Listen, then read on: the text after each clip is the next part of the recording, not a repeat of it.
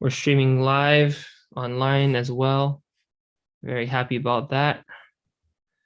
All right. Crimson Academy, Exploring the Advent and Divine Justice, our introduction for today. Excellent.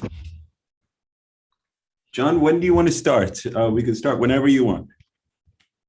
So it is 3:00, and I want to stick as close to our time that we promised we'll start and go from there. And those of you that are joining us online on Facebook and YouTube, you're welcome to join us on the Zoom.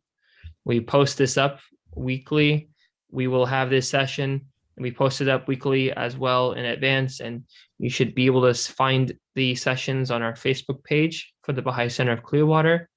You can also look at the past videos through Clearwater Bahá'ís. Of course, this is our first video, so for your friends and those who you invite, this will be the first video they see.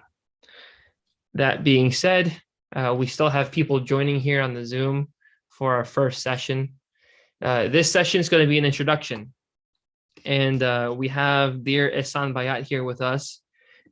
He is the progenitor of this beautiful class that we're going to go through on the Advent and Divine Justice. Ehsan, could you by chance give a idea of what everyone should expect from this beautiful course? John, could you stop sharing this for a second and put it on gallery view? And also so we can just hear a little bit, I mean, maybe 10, 15 seconds from everyone. So I hear their name, where they're from. So it is a class. I want to learn a little bit about everyone so we can, so then I'm not just a random speaker, I'm a collaborator walking this journey with everyone, because this is a comprehensive course over Advent and Divine Justice. It's not 1 week. It's truly some work of love. And that's why whoever wants to endeavor on this journey together, I would love to know just a little bit about you, where your stories, to connect heart to heart. So if you could, so we could see each other and hear from you. John, take it away. Let's hear from you first. And so you kick it off.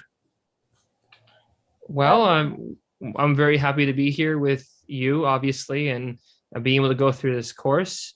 More importantly, Advent and Divine Justice is a book that a lot of people are unaware of, or if they're aware of it, it's just the furthest extent to their knowledge of the book. And I feel that it's a book that's really in need of not just study, but reflection and ultimately action in their lives. So I'm a motivated person who wants to learn about this book in fuller detail. And I feel that this course will do that. Excellent. And you're married and you're soon going to have a little child, right? Yes, very grateful. Congratulations. That is an important thing to announce, that event is coming up. Okay. Suresh Kevin Arjmandi, please take us away. Yes, sir. Good afternoon to you. My name is Soroush. I'm very much looking forward to studying this book, I guess, letter. I read about half of it, and I never got to finish it a few years ago. And I really have wanted to finish it, and I'm really looking forward to this. So thanks so much for putting this together. Excellent. Thank you, Suresh John. This is going to be awesome, truly awesome. If you persevere, you will learn more than you ever have. And trust me, this is something I sent this course to the House, the Supreme Body, and they sent a letter back that this is the most comprehensive course ever done. And so this is truly a work of love, and I look forward to present this to you. So let's go to Scott. Let's hear from you, dear Scott. You are muted, dear Scott. This is one of the most common phrases in 2020 we learned. You are muted. Hi, I've lived in Illinois most of my life, and recently during the COVID, we moved up to be near our grandchildren in Southwest Wisconsin. So I think the thing that struck me for a long time as a Baha'i, I've been a Baha'i for 40 plus years, and I did not take racial equality. I thought I was doing a good job as a Baha'i.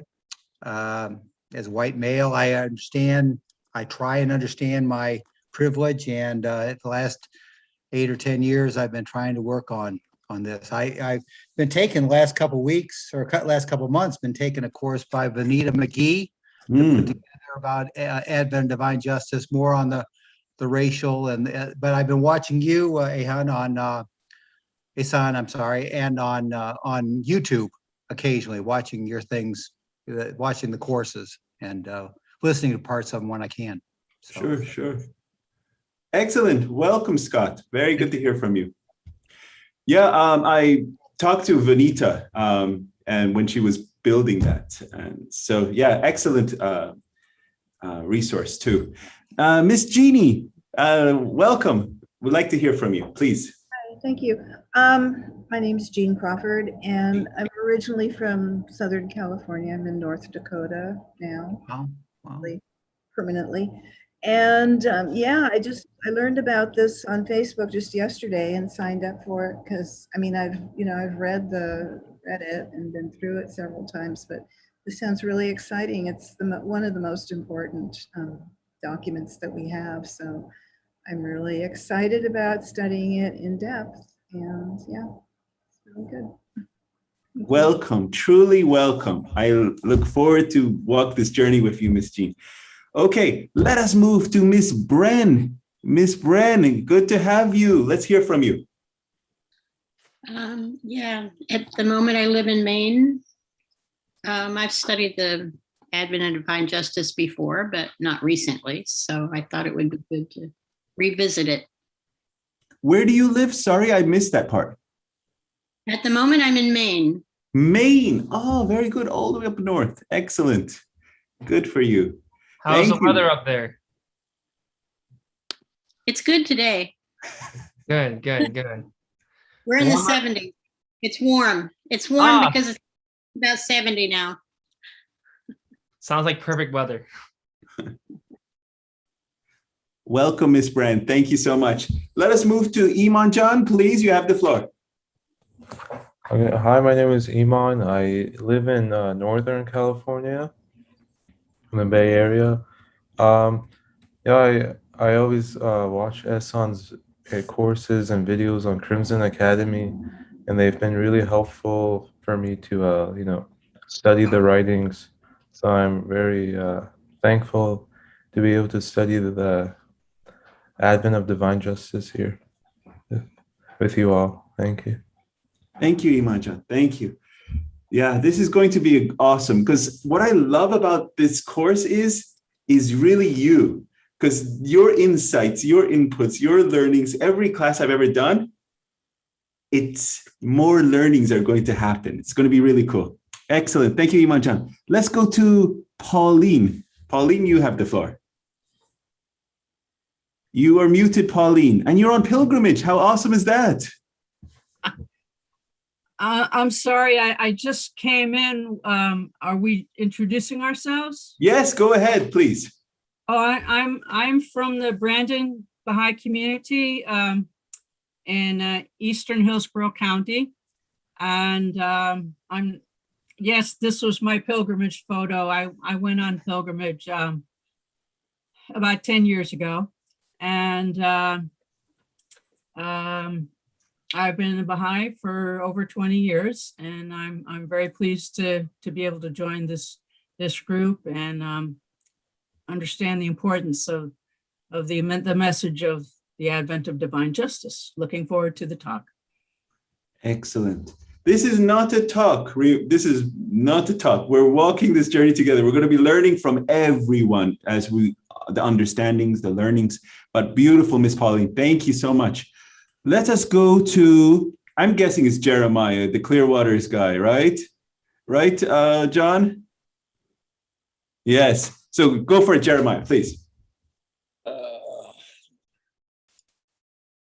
Sorry about that. All right. I'm Jeremiah from Clearwater, and I'm happy to always be of service. And I'm excited to walk this journey with Ehsan and John, Sarosh, Scott, Pauline, who I haven't seen in a number of years, but I know she's still out there, just across the bay. So, but that's it. I'm waiting for everyone else. I'm excited. Yeah, this is our first session together, so it's good. Thank you very much, dear Jeremiah. So this is our first session. We're going to get to know each other because we're going to have many sessions together, learning and collaborating together. Okay, so let us go to, I believe this is your mama, John. Let's go to her, Simone. Let's go to that.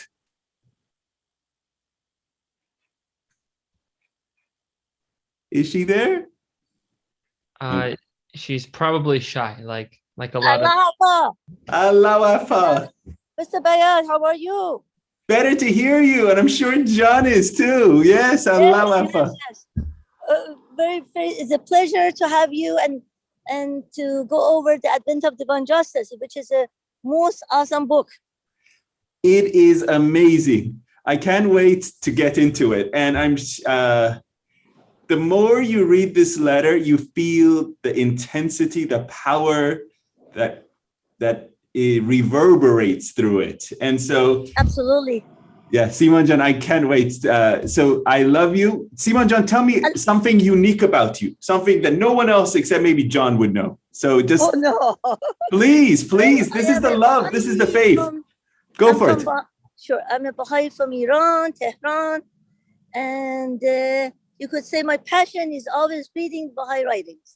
And all the holy books. That's what I do. What is your favorite holy book? If you had one, what is your favorite of all favorites? Well, I love the Kitab Aqdas and the Holy Bible. Those two are my favorites. Then beautiful. The rest of them is the Some Answer Question of Abdul Baha, which is my, you could say, is I know it by heart. That's my favorite. Wow, that's awesome. Excellent, Simon. And Advent of Divine Justice is what we should know right now with today's date that we have to deal with. So it prepares us for how to handle the situation. Beautiful. Thank you so much. Thank you.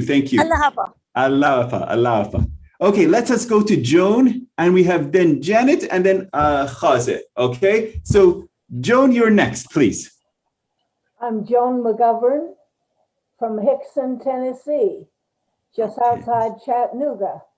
I've been a Baha'i for over 40 years, closer to 50, and I share Scott's same feeling about learning about racial unity. I've been very involved in this subject for many years and active, and now I'm older and I can't be as active as I was, but I'm passionate about this subject, and I'm so glad to be able to study it with you.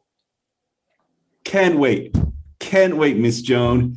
You have no idea. I'm so excited, and it's look forward to this conversation space together. Okay, Miss Joan, you're from Tennessee. How long have you lived in Tennessee? Off and on many years. I lived in Tennessee, then I moved to Florida, and I've lived in Georgia for a number of years, and this whole southeastern area. However, my roots are all in New England, and I heard we have a Baha'i from Maine here. I love that. Maine is I belong to the first family of Maine, so I'm very much involved in my New England roots. Beautiful. Thank you for sharing, Miss Joan. Thank you. Let us hear from Miss Janet. Miss Janet, you have the floor. Let us hear from you. Aloha. Aloha. I am originally from Michigan, but I'm not very technical. I'm retired here now in New Mexico, and I couldn't bring it up on my computer, so I'm sorry I don't have a picture, but I'll try better. I'll have someone come over and help me, and I'll figure it out next time. But this is one of my favorite books, and justice is my gift to thee, he says. So I would like to see more justice in the world. Why is it your favorite book? Or it's actually a letter, but why is it your favorite letter or book? Why? Well, What because I guess I was raised Catholic, and for a long time I didn't have a faith because I walked away from that many years ago. And then when I found Baha'u'llah, he says, justice is my gift to thee. There's just so much injustice in the world that this is the topic that I'm most interested in. Excellent. Beautifully shared. Thank you, Miss Janet. Okay. Yes.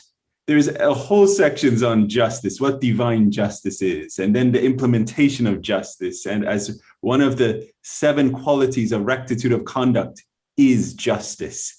So we're going to really explore what justice is. And that's going to be an exciting study. And then the entire aspect of building our characters. And then the approach to racial unity and harmony is for the justice of humanity. It's the entire conversation will revolve around justice. And then how the institutions implement that, that will also be an aspect of justice. So really great. That's going to be an awesome conversation in itself. So we have 2 more souls. Khaze, are you awake? He's in the United Kingdom. So he's my dear uncle. Yes. Dearest Ehsan, dearest Ehsan Bayat, dearest Jeremiah, who works incessantly to make this this educational spiritual program, and of course John, who also participates so much with Jeremiah. Jeremiah's reminder comes every Saturday, every Sunday. The reason I have come is I know for sure that everyone in this group loves the Advent of Divine Justice, loves the book, loves the guidance, which is so appropriate and recommended intensely by the Universal House of Justice. And also the second thing I know is that Ehsan John, you have worked incredibly hard to bring this project of bringing the Advent of Divine Justice to attention. And already in Britain, your help in doing this has been launched for over a year in different areas, in different Zooms, and they always say we relied on Crimson Academy and so on and so on.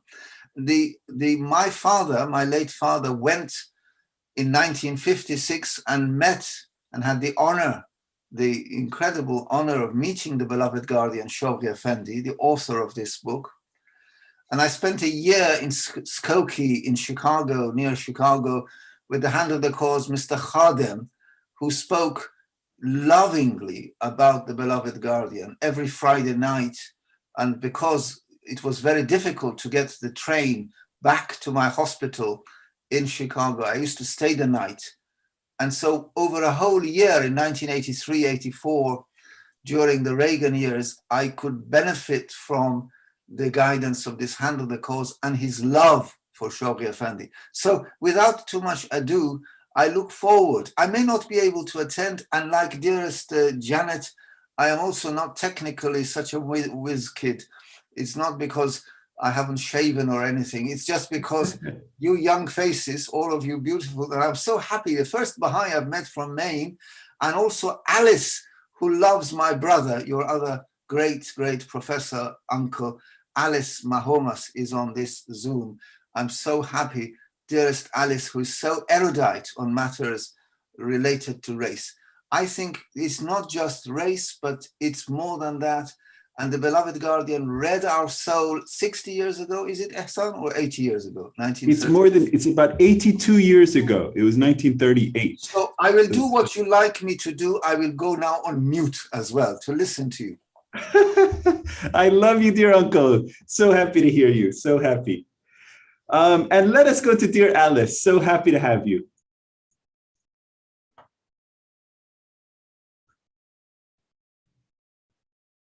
And Alice, if you could, there you are, go for it.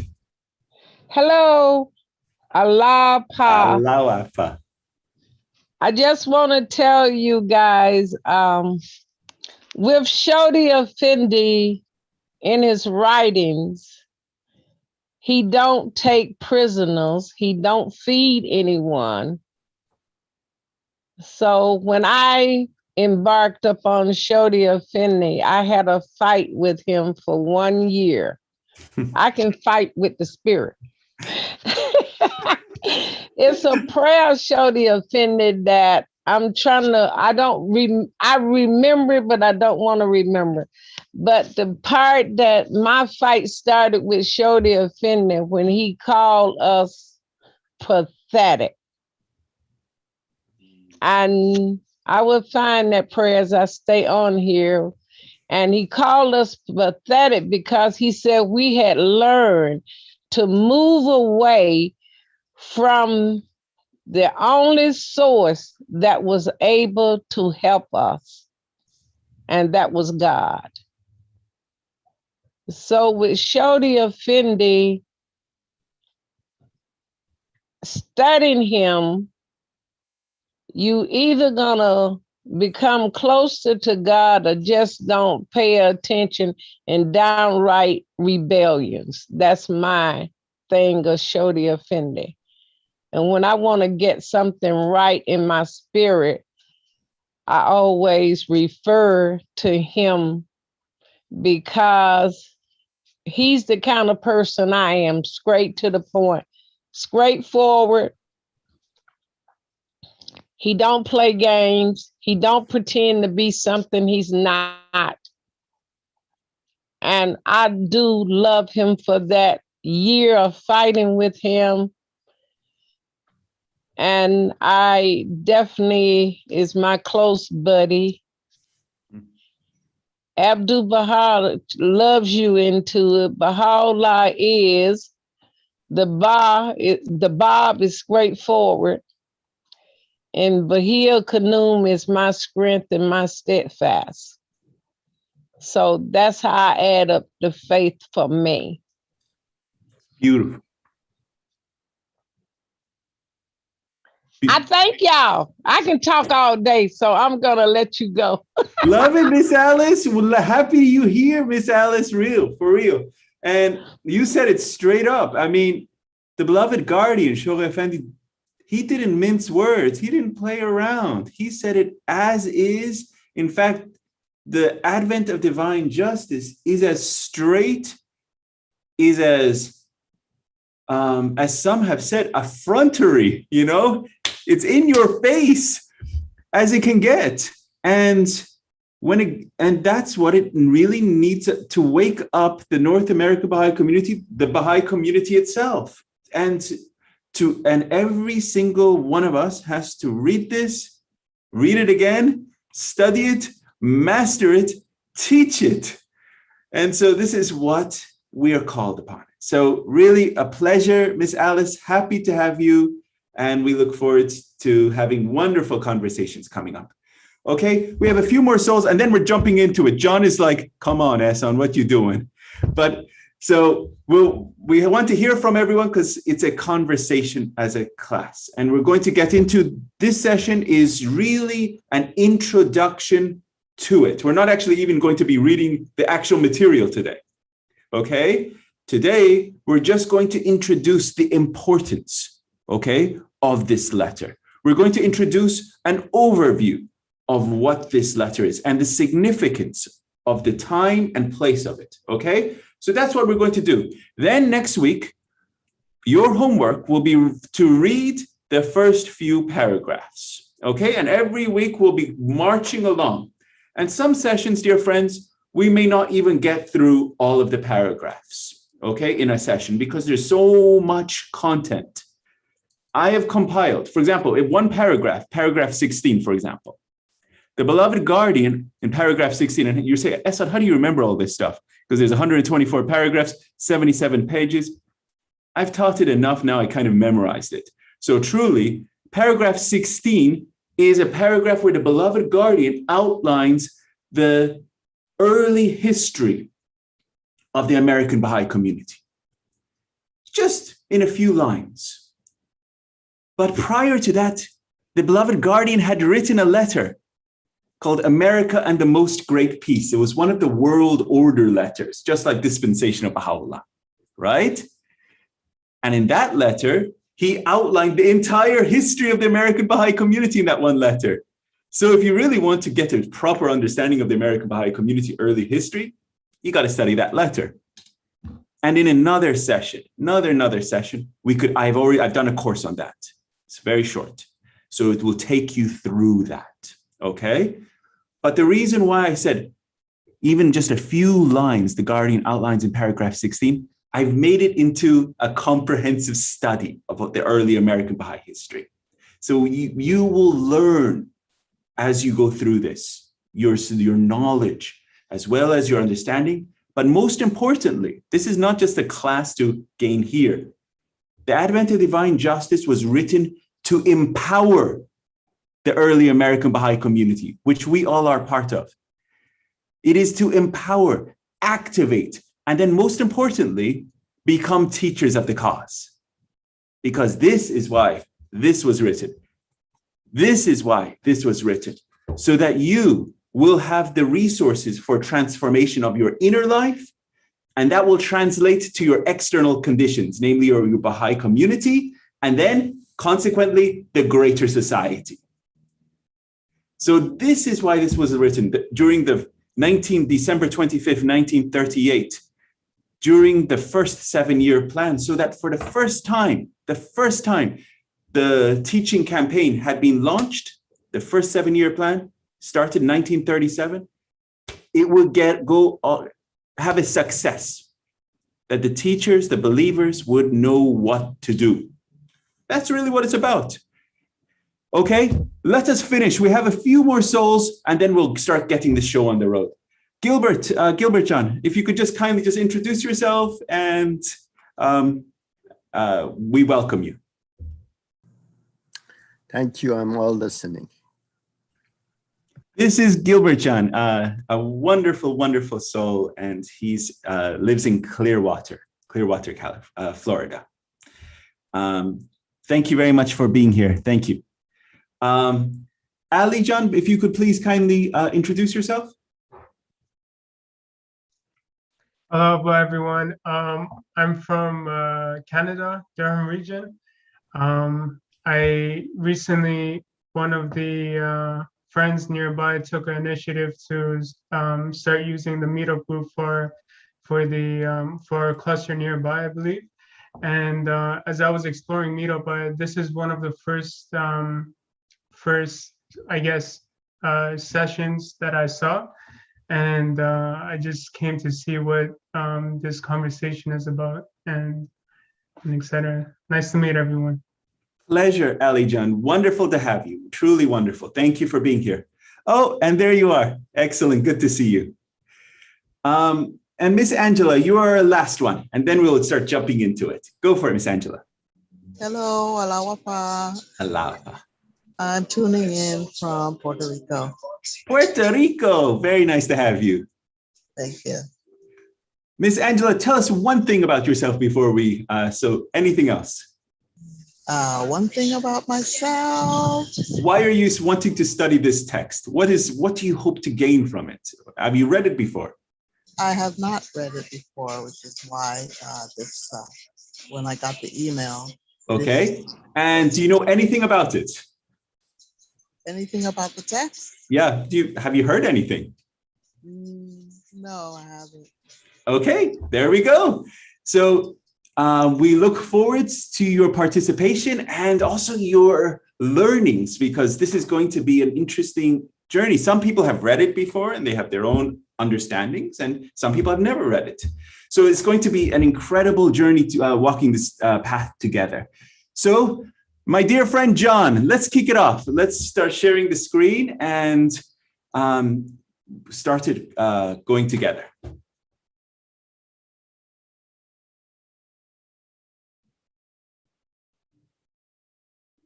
Okay, let's see here. I'm sharing the screen right now. Here we are. Hopefully you can see the screen now. Please let me know. There it is. Mm-hmm. Beautiful. Okay. Okay.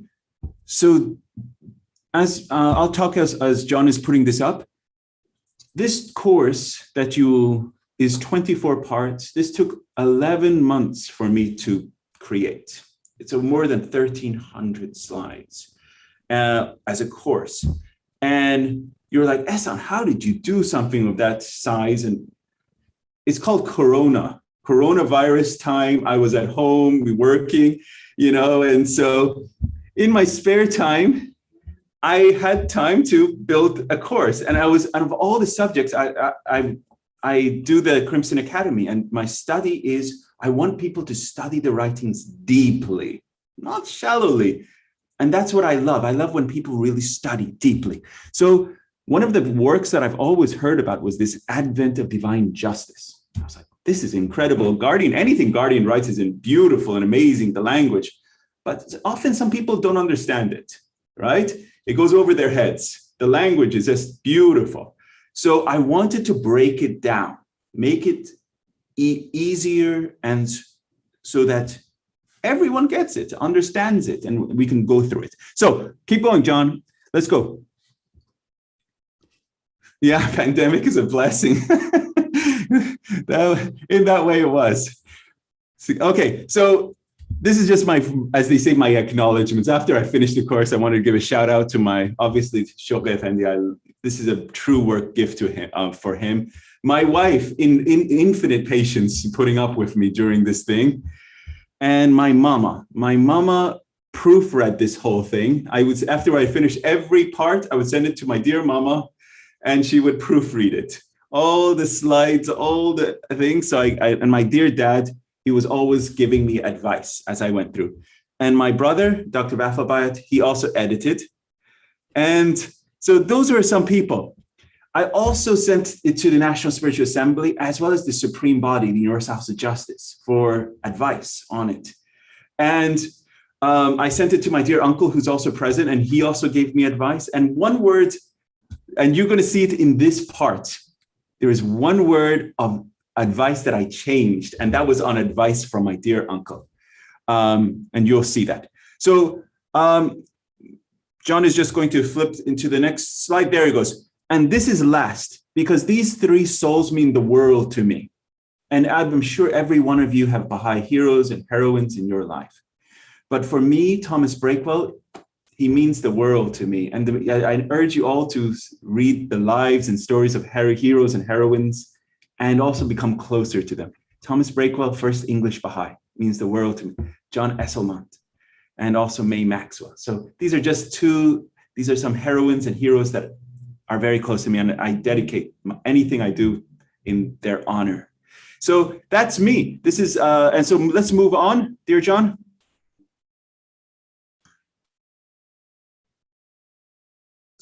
Okay, this is the part one.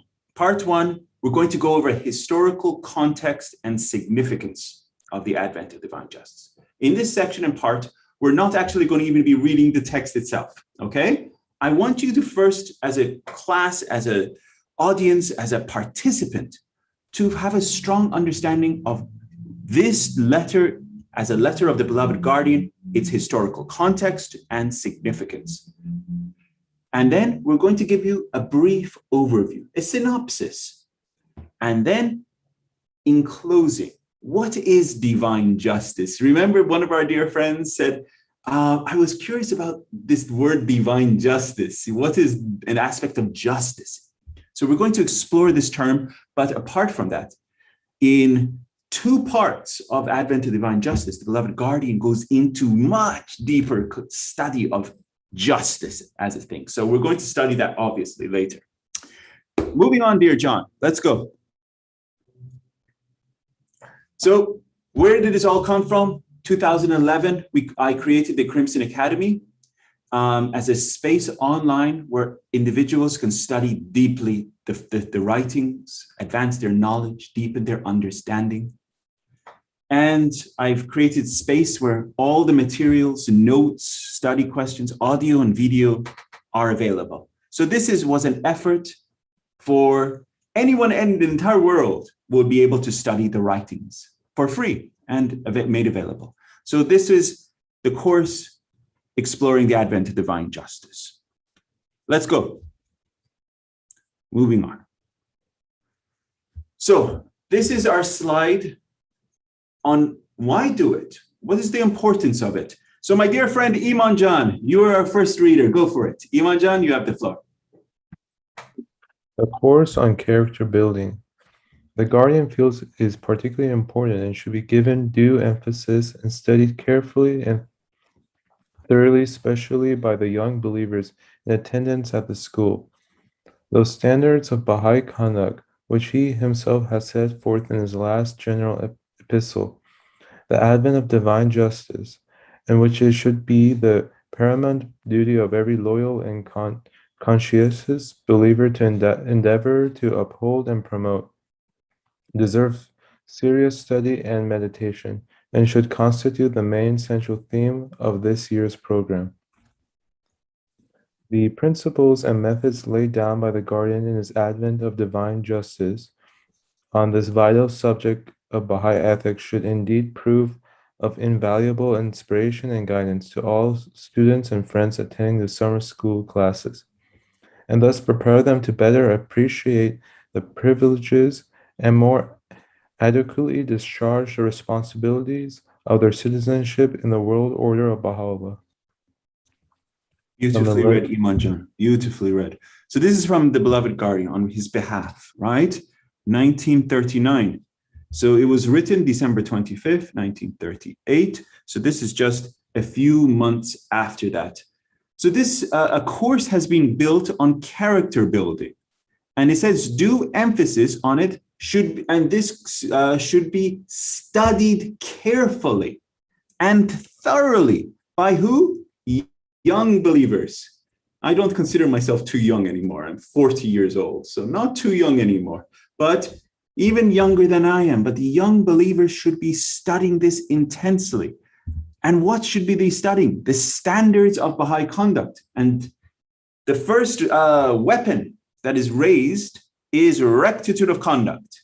And you're going to learn what these weapons are, and you should master these.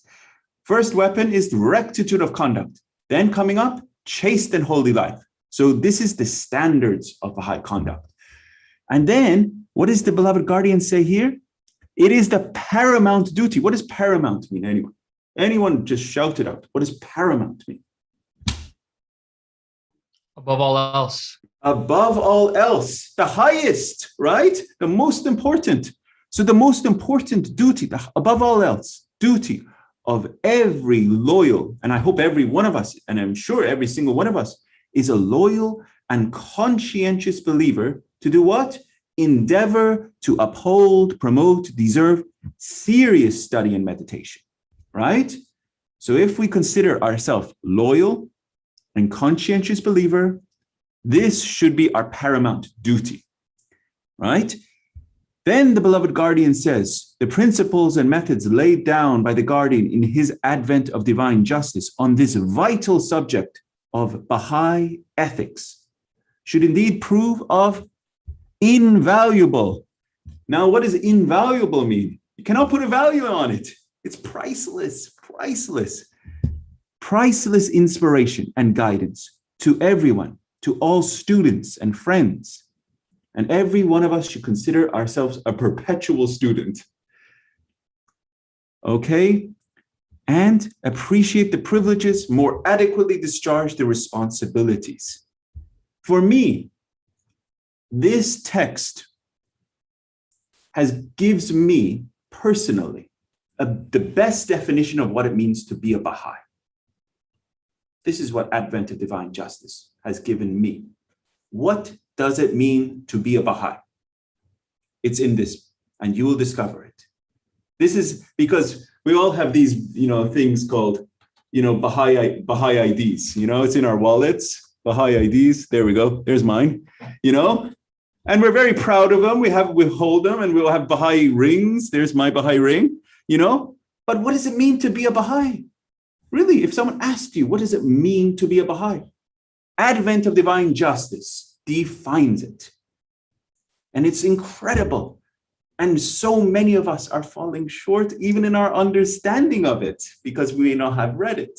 And this is why this is so paramount. That's why it says the paramount duty of every loyal and conscientious believer. Moving on, dear John, let us go. Another thing I segue is this text gives you energy, and you're going to see me get so energized as I go through this, whether it's on teaching, whether it's on, you won't meet many speakers like me, because this is the most energetic and exciting text, and it gives me, I get emotional even, because it's the beauty of the word is incredible. And I hope that translates and gives you energy and gives you inspiration and motivates you in lines of action. And when we get to sections such as racial justice, when we get to sections on, there's a whole section, and this is one line in part 21, paragraphs 120 or so. One line, the beloved guardian talks about women. And you know what's incredible about this dispensation? Women have arisen at a greater intensity than any other dispensation. The power of women. It's so beautiful. And I read that line and I was like, oh my God, it spoke to me. So I have a whole section on all the incredible women in this cause. Because the guardian mentioned it.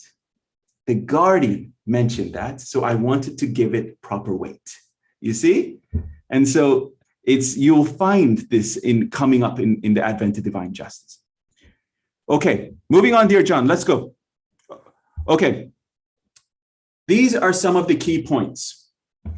And I want you, as we go, this is a class. So I will quiz you just like a class. I will question you like a class. I want your comprehension to be gained.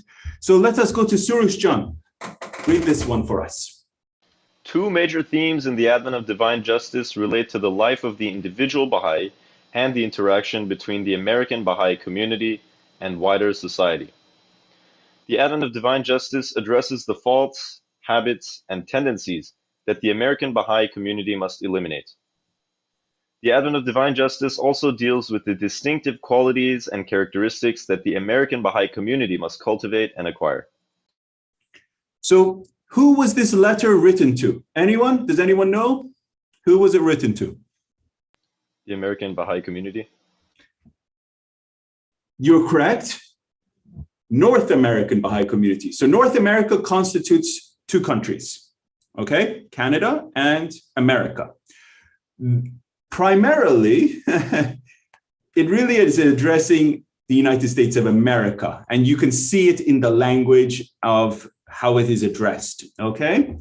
But it is addressed to the North American Baha'i community because also in the year of 1938, the National Spiritual Assembly of the Baha'is of the United States was the National Spiritual Assembly of the Baha'is of the United States and Canada.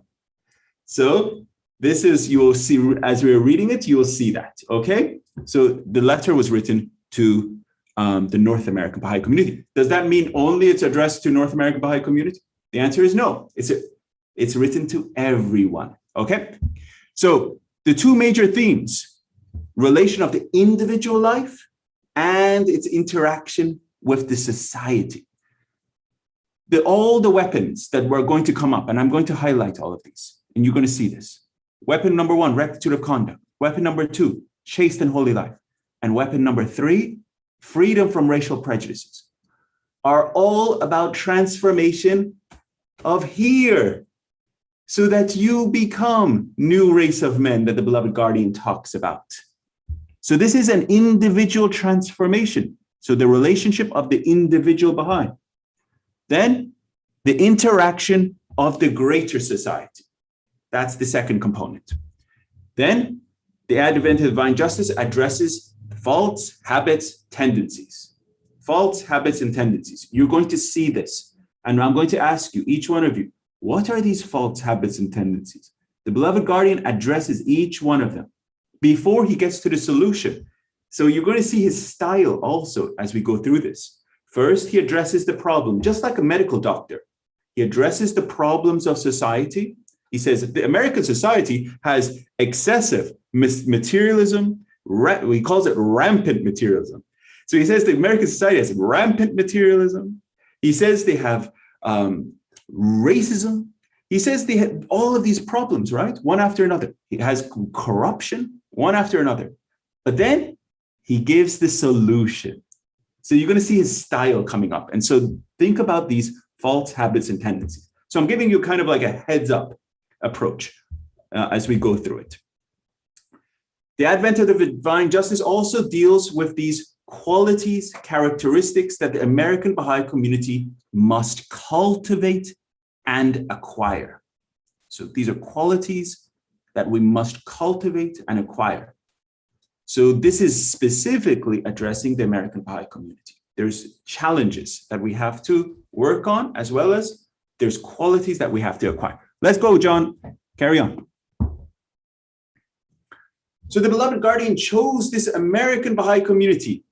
It's an incredible honor, unique in the history, chief instrument for building the Baha'i administrative order and expanding the faith based on the guidance of Abdul-Baha in the tablets of the divine plan.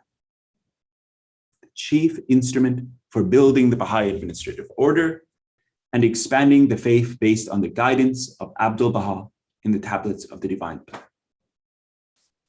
Then one of the main themes, obviously it's in the title, right? Advent of divine what? Justice. So justice is a major theme of the Advent of divine justice, and it has a lofty rank in the Baha'i teachings, and we're going to explore it. Baha'u'llah refers to his revelation as the Advent of divine justice. So what are we really studying? We're studying the unfoldment of his revelation. One faith, proclaimed by the same author in the sense, the covenant of Baha'u'llah, emanating from the blessed Bab, His Holiness Baha'u'llah Abdul-Baha, coming forth from the beloved guardian, Advent of divine justice. Now in this day and age, the supreme body, the Universal House of Justice, echoing the same language, encouraging the friends to study the Advent of divine justice, because it is coming from that same voice. You see, isn't that cool? This is the revelation. In the Advent of divine justice, the beloved guardian Shoghi Effendi identifies some of the major ideals and standards in the revelation of Baha'u'llah that underline divine justice. Divine justice, as opposed to just societal justice, is a very, very different thing. What we're going to be exploring is divine justice. And this is how the spiritual assemblies, the national spiritual assemblies, local spiritual assemblies, local houses of justice will eventually be administering divine justice in the future. And so this is how, where the guidance is really, what is divine justice? So let us carry on, dear John. And remember, dear friends, this is your class. Jump in at any time. You have a question? Unmute yourself. Ehsan, I have a question. I have a thought. I want to say something. Don't just go for it. And I will be more than happy to hear you. So, His Holiness Abdul-Baha, the beloved master, the perfect exemplar, he traveled to the United States of America and Canada, traveling for 239 days. And during this period, he traveled from east to west. And then when he returned back to Palestine, he revealed in 1916 through 1917, 14 tablets. 14 tablets. And these tablets are called the Tablets of the Divine Plan. And they are a world teaching plan for the Baha'is of the United States and Canada.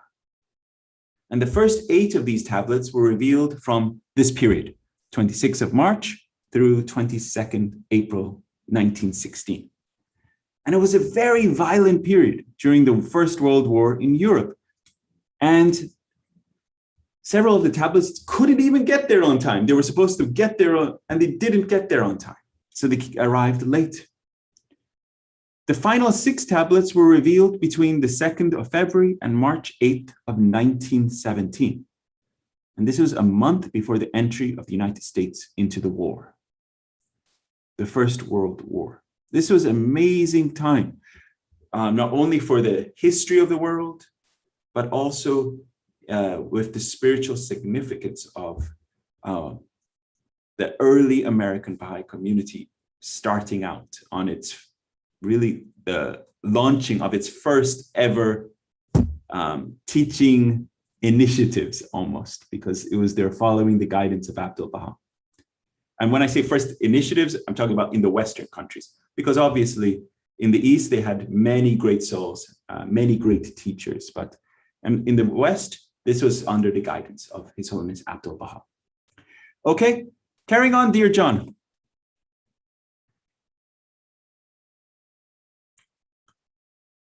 So out of this tablets of the divine plan, and this is why we're talking about tablets of the divine plan, because the beloved guardian uses this as his manual for this text, okay? So if you really want to be faithful to a proper study of Advent of Divine Justice, go back and also read tablets of the divine plan, okay? So, and we're going to explore why. Why? Because tablets of the divine plan was written so that the friends would become empowered to go pioneer, to go teach, to go promote, to go promulgate, to sow seeds for the faith. Okay? This was the purpose. The tablets of the divine plan was a call. It was a summoning. It was a beacon. It was a clarion call, summoning the friends to go forth and teach. Advent of Divine Justice is the same thing. It really is. It is the same summoning. So tablets of divine plan is the platform, the base, the foundation, and the beloved guardian has built his structure on top of it. So the 4 of these tablets were directed to the Baha'is of the United States and Canada, and 2 were addressed to the Baha'is of Canada and Greenland. Now, the remaining 8 tablets were addressed to the believers in the southern states, the central, the western, and the northeastern states. And you all have seen these beautiful prayers, tablets of the south, tablets of the western states. So, and these are each, if you reside in any one of these locales, you should recite the prayer for that locale every day and call upon his assistance for teaching, the teaching work. Abdul Baha guided them to teach the faith and gave them this mandate to take the Baha'i faith to every corner of the earth.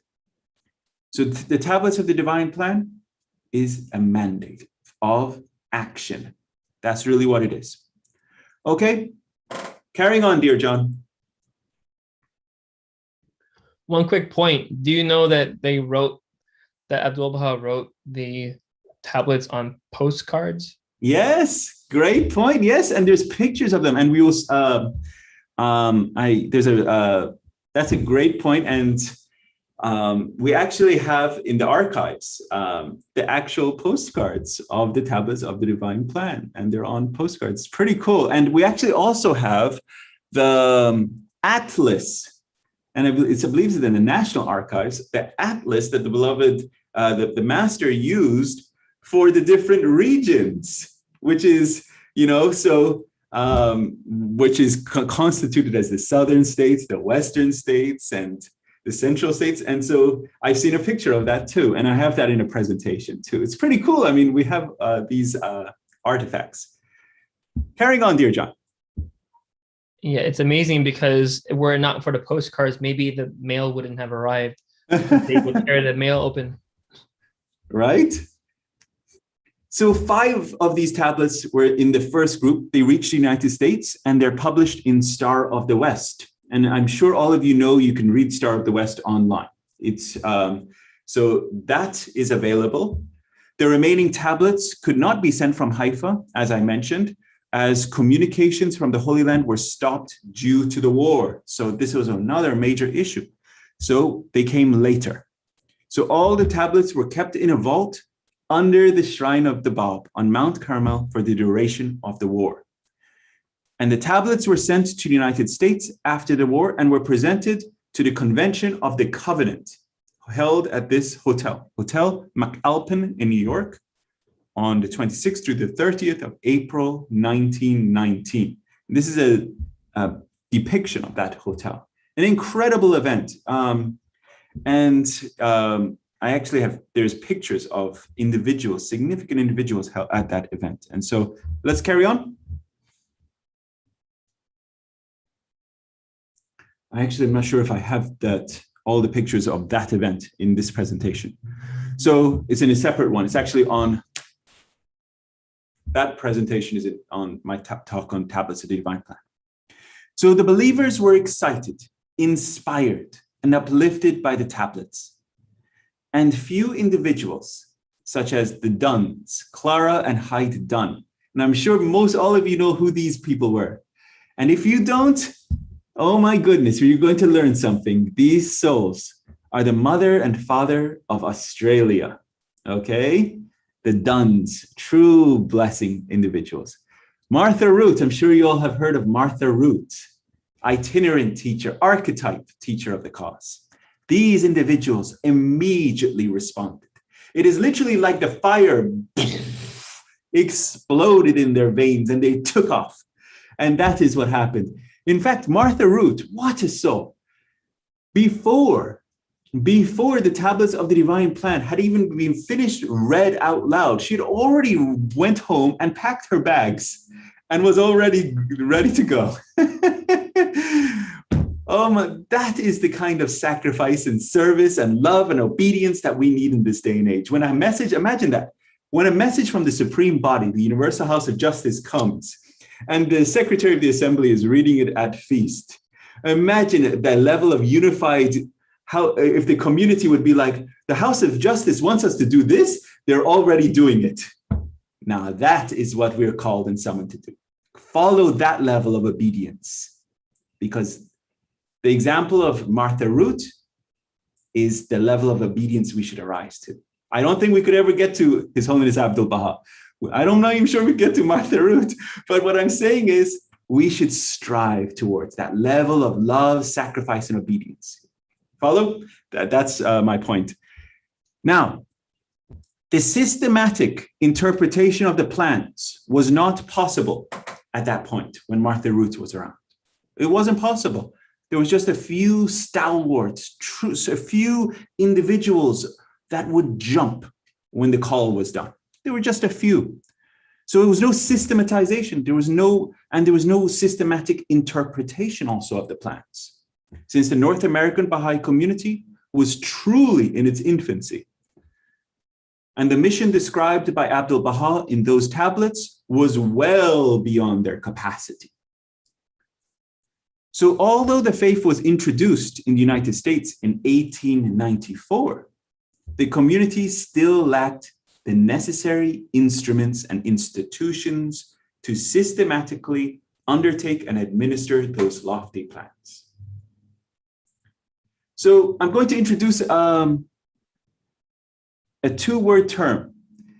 And this is a term that is very common in the institute process. The Supreme Body has been using this term now for many years. Capacity building, right? Capacity building. Who was the greatest capacity builder? The beloved guardian. He built the capacity of the friends from the time of His Holiness Abdul Baha when he passed to the point when this letter was written and all the way up to his passing. You see, he was building capacities.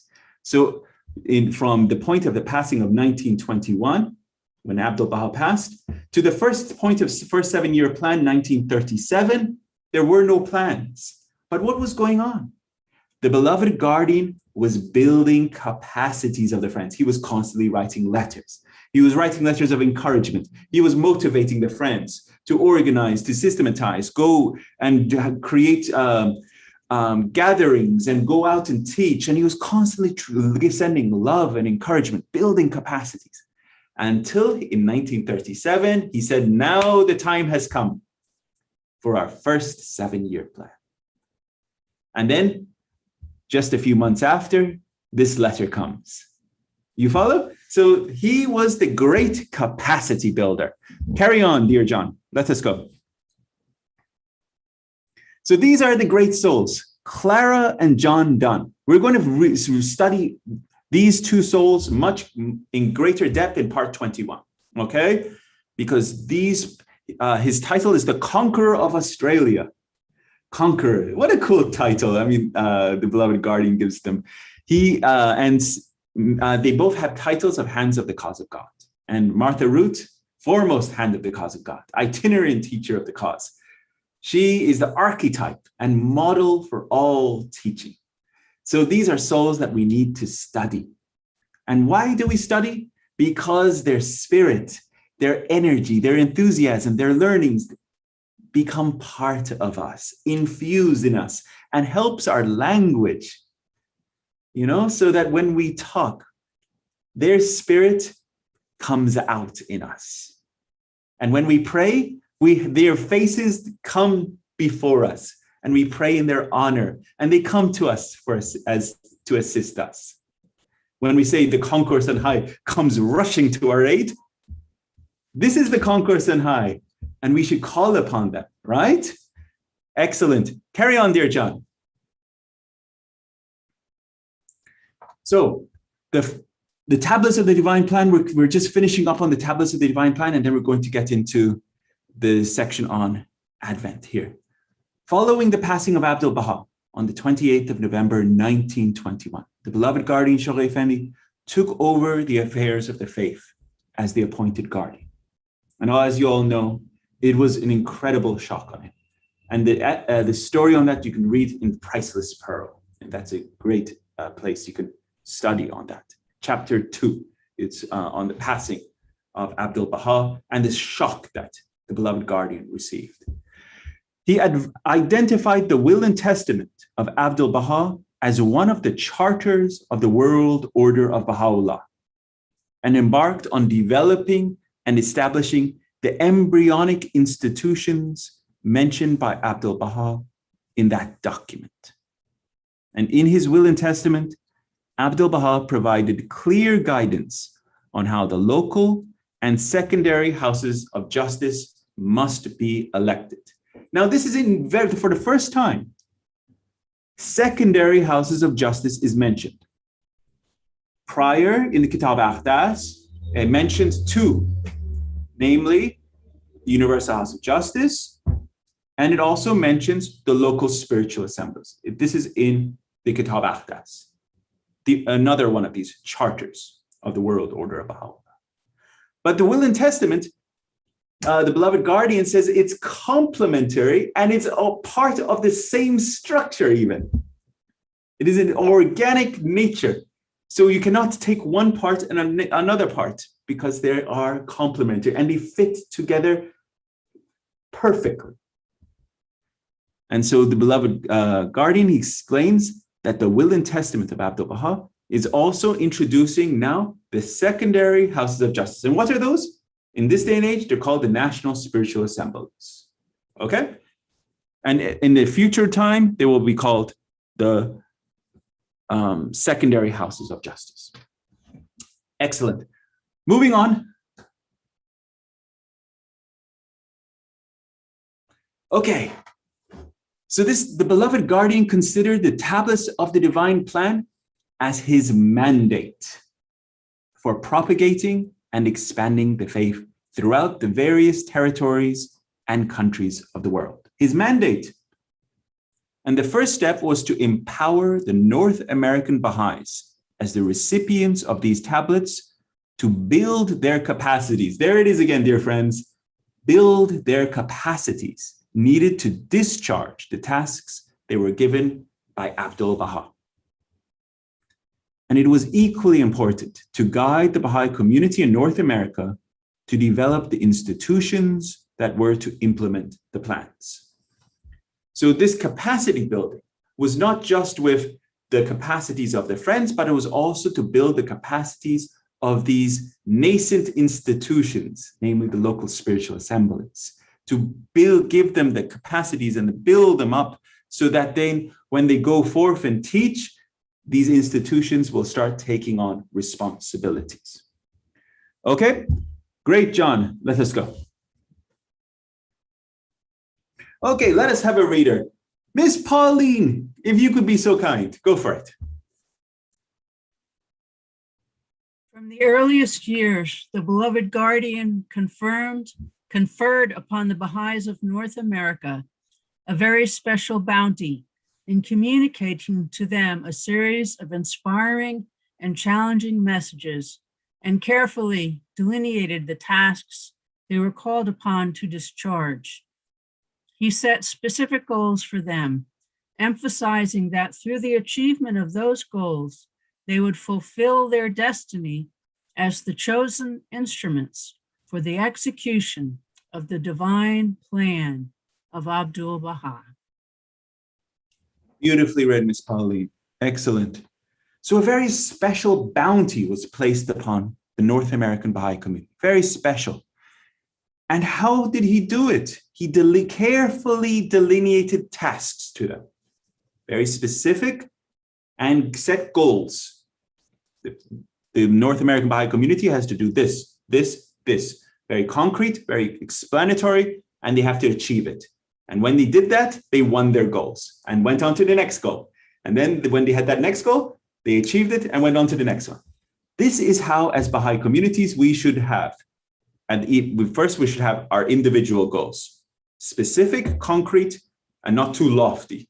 Just very real to us. My goal is I want to read 2 or 3 pages of Advent to Divine Justice every other day. Example. Very specific, real, and you can manage it and achieve it. And then work to achieve it. And then once you've done that, you can say, I have achieved my goal. Because that should be, every one of us should have a goal. Okay? And then it's not just reading, but it's now implementing into action. So he set specific goals for them, and he emphasized that through the achievement of these goals, they would fulfill their destiny. And we're going to get into what is America's destiny? What is this destiny?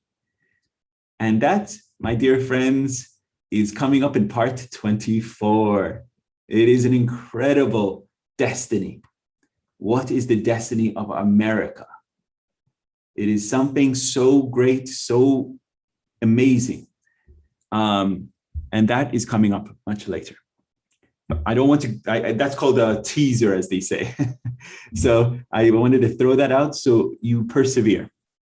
Okay, moving on, my dear friends. So this 124 paragraphs, and I'm sure many of you read the words of the beloved guardian. Long paragraphs, many words that are more than 12 letters and even 6 syllables. So, and it's often very hard to read for the individuals. And I encourage everyone to study and read and improve their vocabulary and their comprehension. How did he write this? 124 paragraphs, 77 pages. This is from Priceless Pearl. This is Ria Khanum speaking. She says the beloved guardian, the guardian's method of writing was interesting. This is how he wrote it. He did not like large pieces of paper and usually wrote all his books and long communications on small lined pads. He did all his composition by hand. And if the first draft was too written over, he sat down patiently and copied it all over. He typed on a very small portable machine by the 2-finger method, like that. All his own manuscripts, making any further changes as he went along. It is not surprising, therefore, that by this method he should have produced such highly polished works as we have from his pen. What an incredible soul. I mean, the more that you study the beloved guardian, and I encourage you also to read Priceless Pearl, to get that history, the flavor, the sacrifice of the beloved guardian, how much every moment he gave. So I encourage you also in concert to studying Advent to Divine Justice to read the Priceless Pearl. And if you don't have a copy, it's online. It's on the Baha'i Library website. So just Google it, Priceless Pearl, because that will also take you through who is this author of the Advent to Divine Justice. Carrying on, dear John. So now we're getting into the historical context and significance, okay? We're actually getting into what is this letter about? First, we're giving you the background, this tablets of the divine plan. Now we're actually getting to it. So among these messages, the advent of divine justice stands out because of its frank, direct analysis of these basic ills afflicting American society, which threatens the spiritual life of individual Baha'is and the well-being of the Baha'i community. And the maladies have not only intensified in their scope, implications, and influence since the time of Shoghi Effendi, but they have been, this is so important, dear friends, they have been promoted and propagated. So these maladies have intensified since written in 1938. They have intensified, but they have also been promoted and propagated by the powerful American entertainment industry and modern social media. And then very importantly, I should also highlight this for my next time, but they have become accepted globally. So these maladies, these sicknesses have become accepted. So they are become the norms of behavior, okay? So a Baha'i should not be accepting these norms. We should be going, in the words of the beloved guardian, diametrically opposite to these norms. Okay, and we're going to see his words actually. So these norms have become accepted globally by many societies and as the norm for personal and social behavior. And we're going to explore what these social ills are, what this immorality is, irreligion, and racial prejudice and discrimination. So this is so important. The themes that are going to be coming up, I just wanted to highlight that. If anyone wants to say anything at this point, feel free. I think one thing that impressed me so much, so beautifully by your presentation is the way, dearest Ehsan, that you're saying that these ills, these maladies, and I'm speaking as a medical doctor as well, these ills have intensified. So when the way you are speaking so eloquently, I suddenly thought of the pandemic. It can start in a corner of the world, and then suddenly, within a year, millions have lost their life. And of course, the poorer people, the poorer humanity, the people who don't have the means, there was a greater mortality. So when the beloved guardian says that this intense materialism, this racism, what was the third one? Corruption and immorality, and then you said it was intensified, I thought, how appropriate, how relevant the analogy of like a pandemic. It has increased. And now, I suppose, I was going to ask your advisor, do you think that we should therefore increase our vaccination, spiritual vaccination, by studying this book? Is that what you're saying? Is that what you're implying?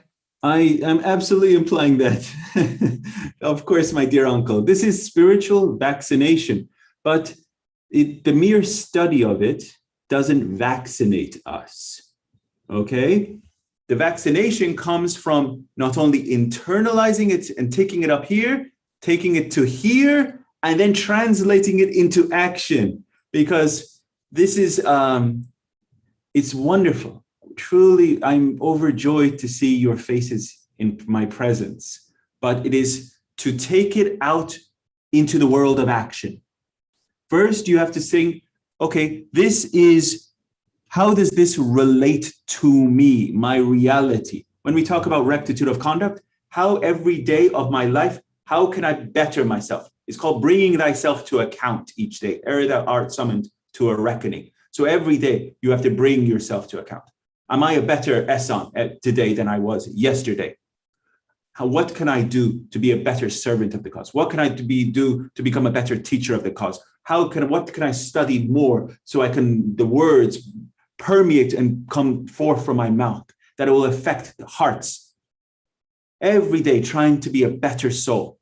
That is becoming more rectitude of conduct, being more honest, being more truthful, being more reliable. These are 7 qualities outlined in Advent. Then chaste and holy life, there's 5 qualities. We're going to get into all of this, but I'm just mentioning this because it's about transformation of the inner life. So you work on your inner life. But then, as my dear uncle said, it needs to be translated into action in your external life. So now you as an individual, you all have families.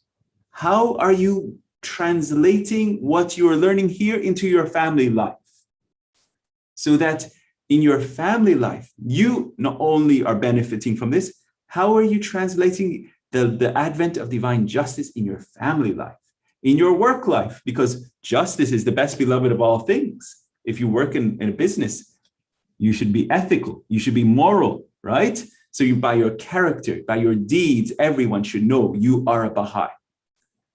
This is by your translation of your qualities that you're going to be talking about into your life.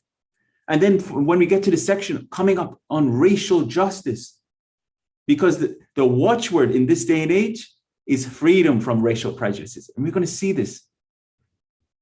How can every space and every be a space for the study of either the oneness of humanity, promoting the minority in our community, and promoting the diversity element of really, when we talk about the flowers of one garden, I found 6 quotes on it, just a happenstance search from Baha'u'llah, His Holiness Abdul Baha. 6 quotes, just do a quick search, garden Baha'i. 6 times the Baha'u'llah, Abdul Baha mentions, we are flowers of one garden. If this beautiful principle is internalized and realized, every person we should love. Every person genuinely we should love. And if that's the reality, whatever space we enter, if there's someone that we may not know, or we should quickly rush up to them and engage them and love them and make sure that it is an inclusive environment. This is genuine love. And we should look to the example of the Master, of how much he loved everyone, how he brought Louis Gregory to the head of the table and honored him and loved him. We're going to talk about all of these things. We have so much time for these things, but I want you to know my heart burns with love for you guys. And I want you to know there's so much material and these topics are so important. But let's move on. Dear John, let's keep going. So this is in 1954. This is a letter from the beloved Guardian, and it's in a great I would say it's extracts of the beloved Guardian, his letters in Citadel of Faith, Citadel of Faith.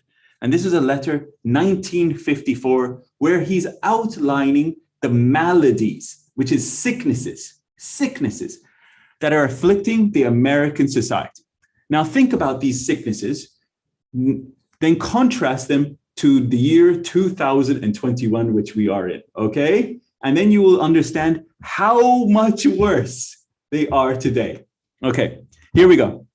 The steady and alarming deterioration in the standard of morality, as exemplified by, okay? So he's saying there's a steady and alarming deterioration in the standard of morality.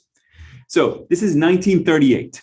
He's talking about an appalling increase of crime by political corruption in ever widening and ever higher circles, by the loosening of the sacred ties of marriage, by the inordinate craving for pleasure and diversion, and by the marked and progressive slackening of parental control.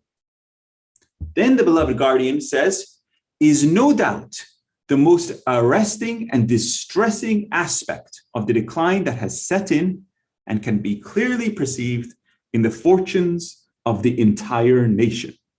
So here he outlines 5 major maladies written in 1954, and appalling increase of crime, political corruption, loosening of the sacred ties of marriage, inordinate craving for pleasure and diversion, and marked and progressive slackening of parental control. And here we are, 2021. more than 60 years since that letter was written, about just getting to about 60 years. And to me, as I think it is so much worse than that time in 1954. Actually, I think the 50s was pretty good relatively to now. So, but the beloved guardian was with his eyes seeing how bad it is getting and going to get. You see? And so that's why he is calling on a new race of men. A new race of men. This terminology, new race of men, comes up twice in Advent of Divine Justice. Paragraph 28, paragraph 48. First time it comes up is in reference to rectitude of conduct, new race of men. Second time it comes up, paragraph 48, in reference to what? A chaste and holy life. Why does the beloved guardian keep bringing this up? Because he wants to you as an individual to be his new race of men. It's not saying a new race as in, he's not happy with the black skin or the white skin because we're not getting along, so let's create another race. No, new race of men means we're falling under the umbrella of Baha'u'llah. We are this new race called Baha'i. And we are a true follower of Baha'u'llah.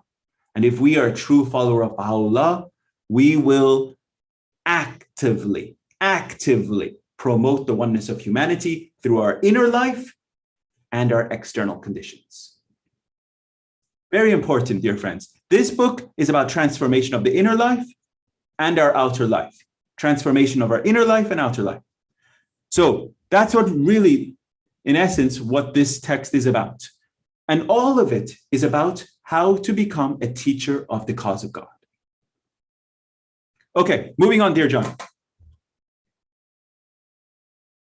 So when I was presenting this to where my dear uncle is in England, some friends wanted to say, hey, this was written to North America. It doesn't really pertain to me because it was written to the North American Baha'i community, right? So that's why this is why this is included, because it's very important that everyone understands it is reasonable to suggest that the guidance provided by the beloved guardian in the advent of divine justice to the American Baha'i community is equally valid and applicable to Baha'i communities all around the world. Okay? So it doesn't mean that it's only written to North America and I get a free pass. I'm in Greenland or wherever, right? Because I'm not in, I might not be in Canada or United States. So I get a free pass. No, it doesn't count that. You got to still work on your rectitude of conduct. You still got to work on yourself, and then you got to work to become a teacher of the cause of God. So at the same time, the spiritual principles and counsels provided by the beloved guardian, Shoghi Effendi, on how to purge. This word is so important, purge, because it's in us. And I want to explain what is in us, because we live in society. So it is encroaching on us. It is literally in the air we breathe. It is dust particles of racism, it's dust particles of materialism, it's dust particles coming from the media and society. So we have to purge. Purge means to get rid of. And it takes effort, it takes work.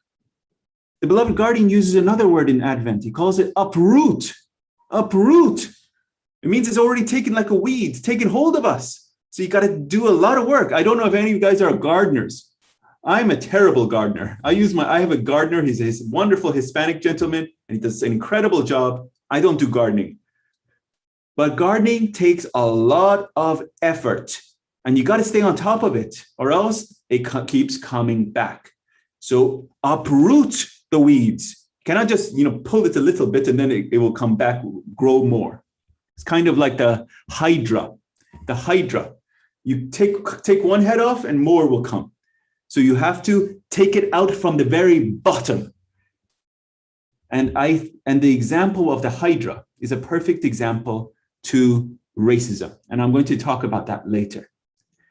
Okay? Because I'll save that for another conversation. So we have to purge these maladies, eradicate them, go at the very, work hard on it and in ourselves and our communities. From the behavior of the individual, our habits that are embedded in our Baha'i communities, because this work, dear friends, the beloved guardian assures us is critical. And in a medical terminology, if something is critical, it means it's life or death. Life or death. And if that's how serious it is, this work is life or death. And when I say life or death in the Baha'i community, what does that mean? Death in the Baha'i community means stagnation, means there's nothing going on. It means that there's spirit of activity and activism is dying. There's no love, there's no, it literally is that level of critical nature. You follow? And we feel it all around. So the aspect of transformational character in our Baha'i communities, in our lives, so that it gets translated into teaching is critical in building the Baha'i communities that do what? Truly reflect the spiritual qualities and characteristics prescribed by His Holiness Baha'u'llah, this revelation of Baha'u'llah. And these are the prerequisites to serving the cause. Moving on, dear John, let's go. So action is required. Now, the beloved guardian wrote this. This letter was written December 1938. It was Christmas Day, came out, December 25th, 1938. While he was staying in Europe because of the threat of terrorist activities in Palestine. And we're going to hear about that because the beloved guardian actually mentions that in his letter. These activities that were happening. So he had to actually leave Palestine. And so during his leave, he wrote this letter. And this was the time that Europe itself was in such strife and discord that it eventually led to the outbreak of the Second World War a year later. As you all know, World War II, 1939 to 45, right? So this was written just a hair before the war was about to, come happen. And where was the guardian? Of all places, he was in Europe. So, really, truly protected was the guardian wherever he went. So some of his statements in the advent of divine justice, they clearly indicate that the beloved guardian, Shoghi Effendi, he anticipated this war. And accordingly, he directly and indirectly referred to the impending convulsions in his letter. This comes up several times. And we're going to have a whole section on this because the beloved guardian repeatedly talks about the impending convulsions in his letter. He warns repeatedly the Baha'i community of these devastating consequences and impact. So he mentions these convulsions to prepare the Baha'i community for this not only physical suffering, but also the challenges that the community is going to be going through, even the spiritual turmoils that they will have to undergo through. So he guides them in that level. Dear John, okay, we're getting close to the end. So this is, I hope you're enjoying it. This is our first class together. So the advent of divine justice, as mentioned, was addressed to the Baha'is of the United States and Canada, the chief remaining citadel. So what is a citadel, dear friends? You all know. I'm sure you've seen Lord of the Rings. A citadel is a castle, and it sits on top of a hill, fortified, right? Protected. It often has a moat or a drawbridge or all these cool things, but it's there and it's supposed to be super strong. It's the last remaining citadel, the chief remaining citadel. So this is the American Baha'i community is the chief remaining citadel. But what interesting terminology the beloved guardian here says, citadel. Why does he use citadel? Because a citadel is to protect against something, right? What is it protecting against? The dark forces the dark forces. And we're going to get into what these dark forces are. And so the Baha'i community should be working internally to become this citadel to protect against these dark forces. It's really awesome. And the language that the Beloved Guardian, and a compilation is out there on the terminology of militarism by the Beloved Guardian. And when I say militarism, it's talking about how he uses regiments and armies, and he says, you are, an army of light. You are the army of God. So this is the terminology of militarism, right? But the Beloved Guardian uses this language for two reasons that I'm going to identify here, but there's other reasons. But two reasons. One, because when he was writing these letters, the countries were in war. So war is what everyone knew about, right? It was a time of war. So war, everyone understood the seriousness of war. So that was a language that the American Baha'i community and the European Baha'i communities understood, was that language. Apart from that, another major reason of the language of militarism that the Beloved Guardian used in the sense of armies is the aspect of unity. Because an army can only be successful if it is united. And in the sense of how even His Holiness Abdul Baha used that language too. When and in selections from the writings of Abdul Baha, he used the term serried lines, marching together in serried lines, right? And this is a terminology that even the Beloved Guardian references, and he says that we should be connected like a phalanx. I don't know if you know what a phalanx is, but it's one of the coolest things in military combat. And a phalanx was utilized by the Babylonians, the Macedonians, the Greeks, and the Romans. And a phalanx is when you have perfect unity and you're in serried lines. So you're all locked together, perfectly locked together. All the shields are locked together. And then out from the shields are the lances and spears in multiple directions. And this is one of the most perfect forms of combat, is called the phalanx, because you're not only in perfect defense, locked together, but you're also advancing together in offense. And so this is the beloved master, Abdul Baha. It's in selections from the writings of Abdul Baha. He says we should advance together, march together in serried lines. Serried lines, together, locked. So that was a tangent, my crazy mind. But the point is, I wanted you to reflect on the language also as we endeavor on this journey together. So in the end of this portion, there's one of the major themes of Advent to Divine Justice is the disintegration and integration, the breakdown and the building up. So this is one of the major themes that comes across in the Advent to Divine Justice. And these issues are raised and guidance provided are applicable to any Baha'i communities, not just the North American Baha'i community. And particularly at this time, when this pace of disintegration of the old order has significantly increased.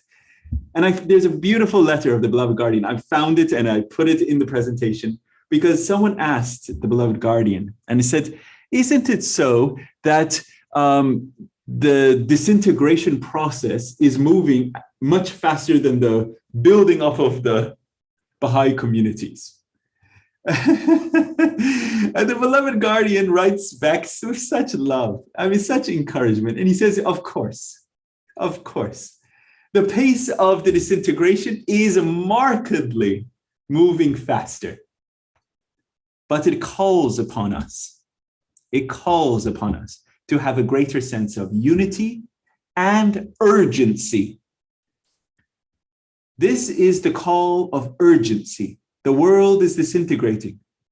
When we get to our section on racial justice, the call of Abdul Baha is that the streets are going to be strewn with blood if we fail to do our role.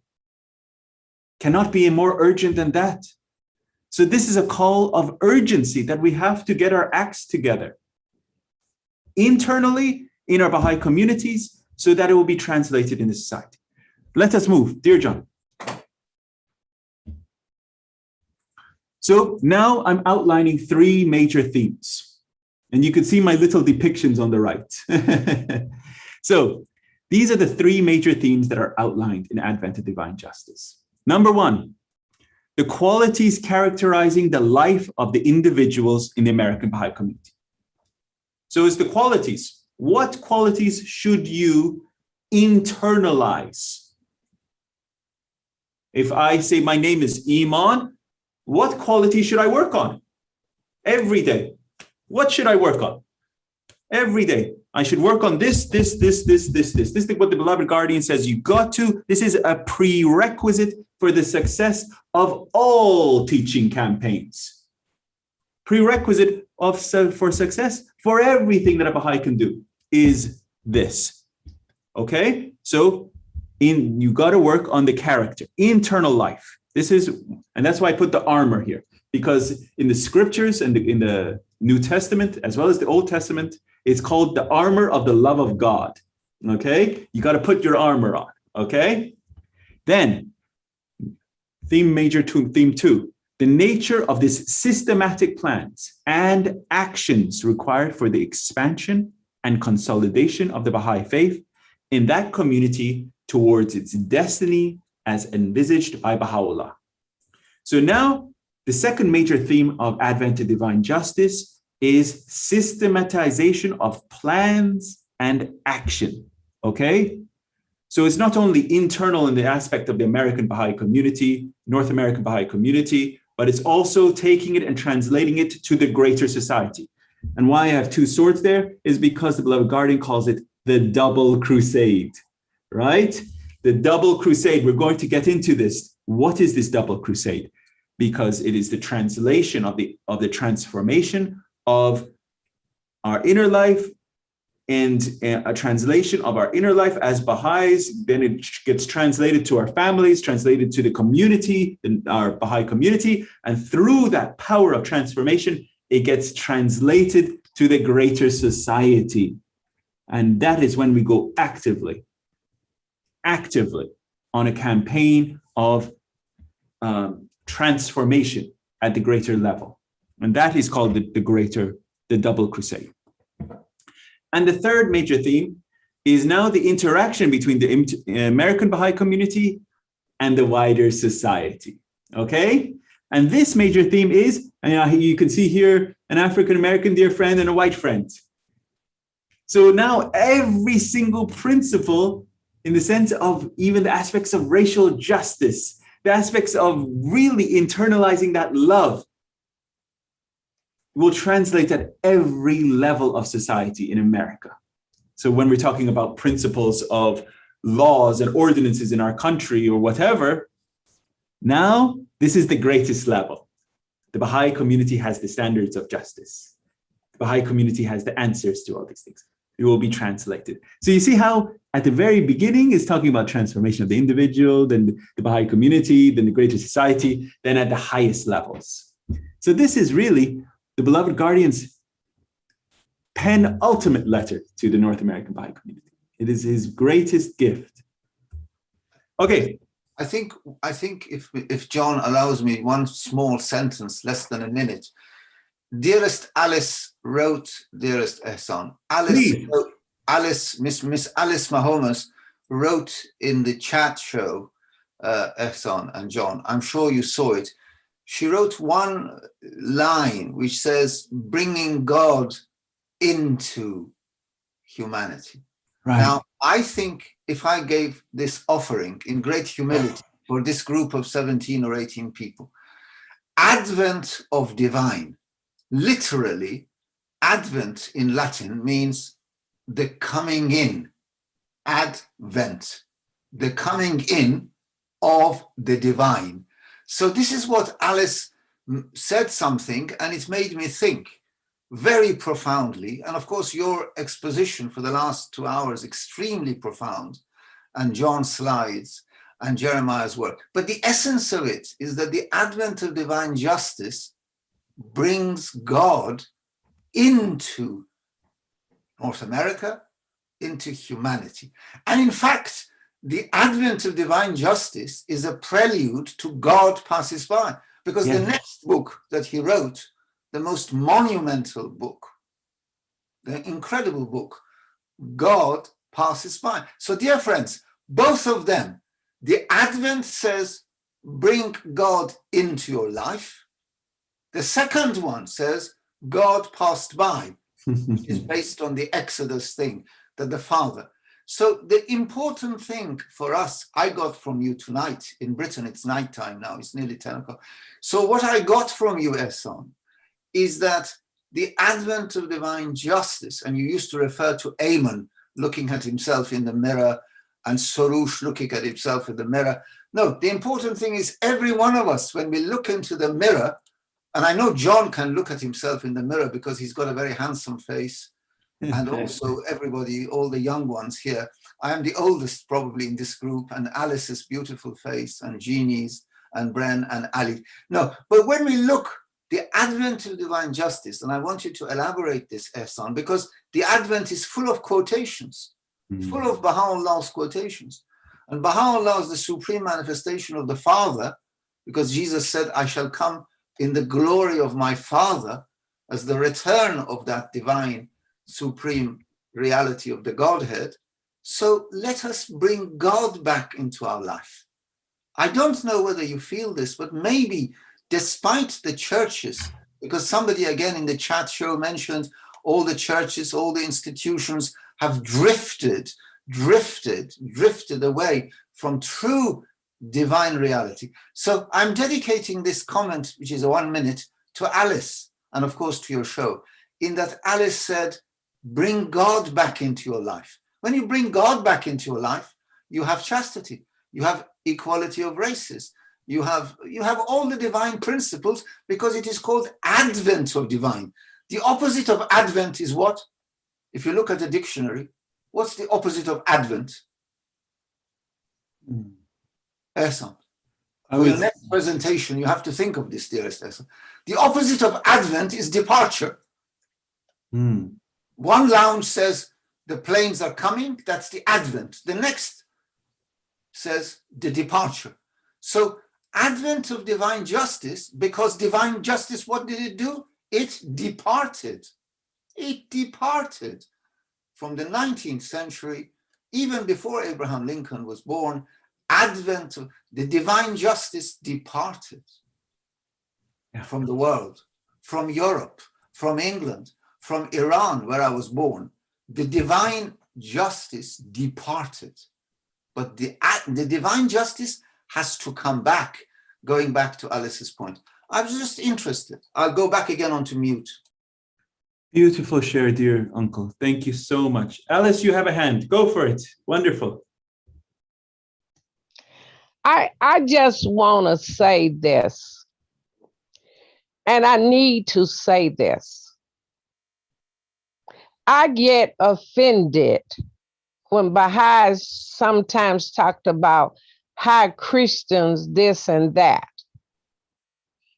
And I want to say this as my grandfather said to me, when I point my finger at someone or any organization or anybody, I got 3 fingers pointed back to myself. One, the thumb is up to the heavens. He taught me that I need to clean myself out 3 times more than the person I'm talking about. I come from a Christian background. I wouldn't change it for the world. I would not change it for the world right now. But what I learned as I came into this Baha'i faith, how much a mess that I need to clean out from myself. What I learned in this faith is detachment from all the things that I have learned out of the world. And so have you. The world has not taught us how to come close to God. When I read Shoghi Effendi, he made me think about my Christian background, giving my heart to God, giving my soul to God, giving my everything to God.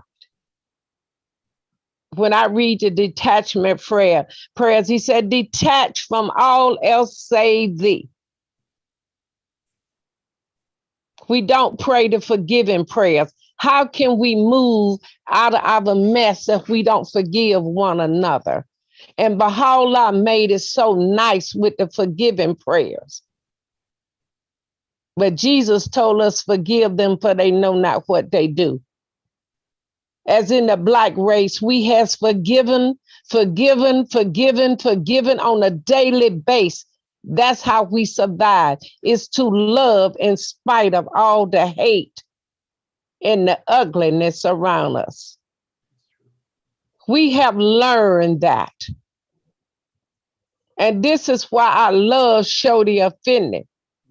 He talked about we have moved away from what is going to save us. That's the same thing the Christian people could teach us. You got to lay down all of your ugly stuff. American is ugly. Got a lot of mess to clean up. And you got to clean out your own heart. That's black and white.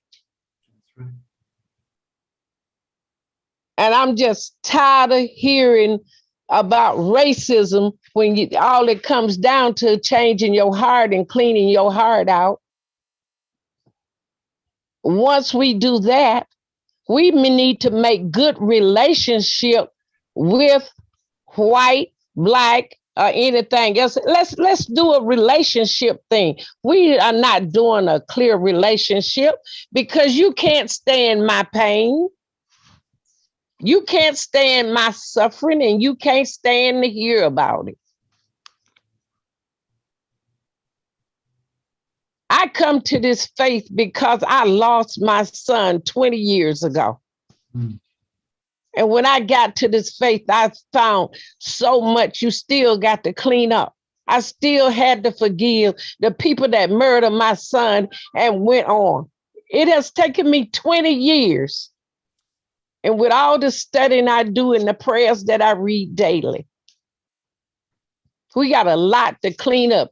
And it says, sweep around your own door before you go sweeping around somebody else's. Right. We meet people every day, got so much pain, white, black, green, or gray. Intone the verses of God where the melody may kindle your own soul. This faith is about you. And if you don't clean up your act, you can't teach. What you gonna teach? Because you don't even know what's wrong with you. Right. And I needed to say that today. And I thank you for bringing it out of me. Thank you, Alice. Thank you, thank you, thank you, thank you. Thank you 1,000 times. Or shall I say 95 times? Because the Bahá'í say 95 times. Thank you, Alice, 95 times. Thank you, thank you. As dear Alice says, this faith is about, really, it's about you. It's about you getting your act together. It's about you pulling yourself up and doing it. His faith is about action. You know, obviously we read in the faith, go teach. Obviously we read in the faith, go serve. Obviously we read in the faith, go do this or that. But if you haven't got your act together of transforming yourself, don't even think about opening your mouth and teaching. You know, you're just going to hurt someone. And the reality is, we need to become clean ourselves, as dear Alice said. We need to purge ourselves.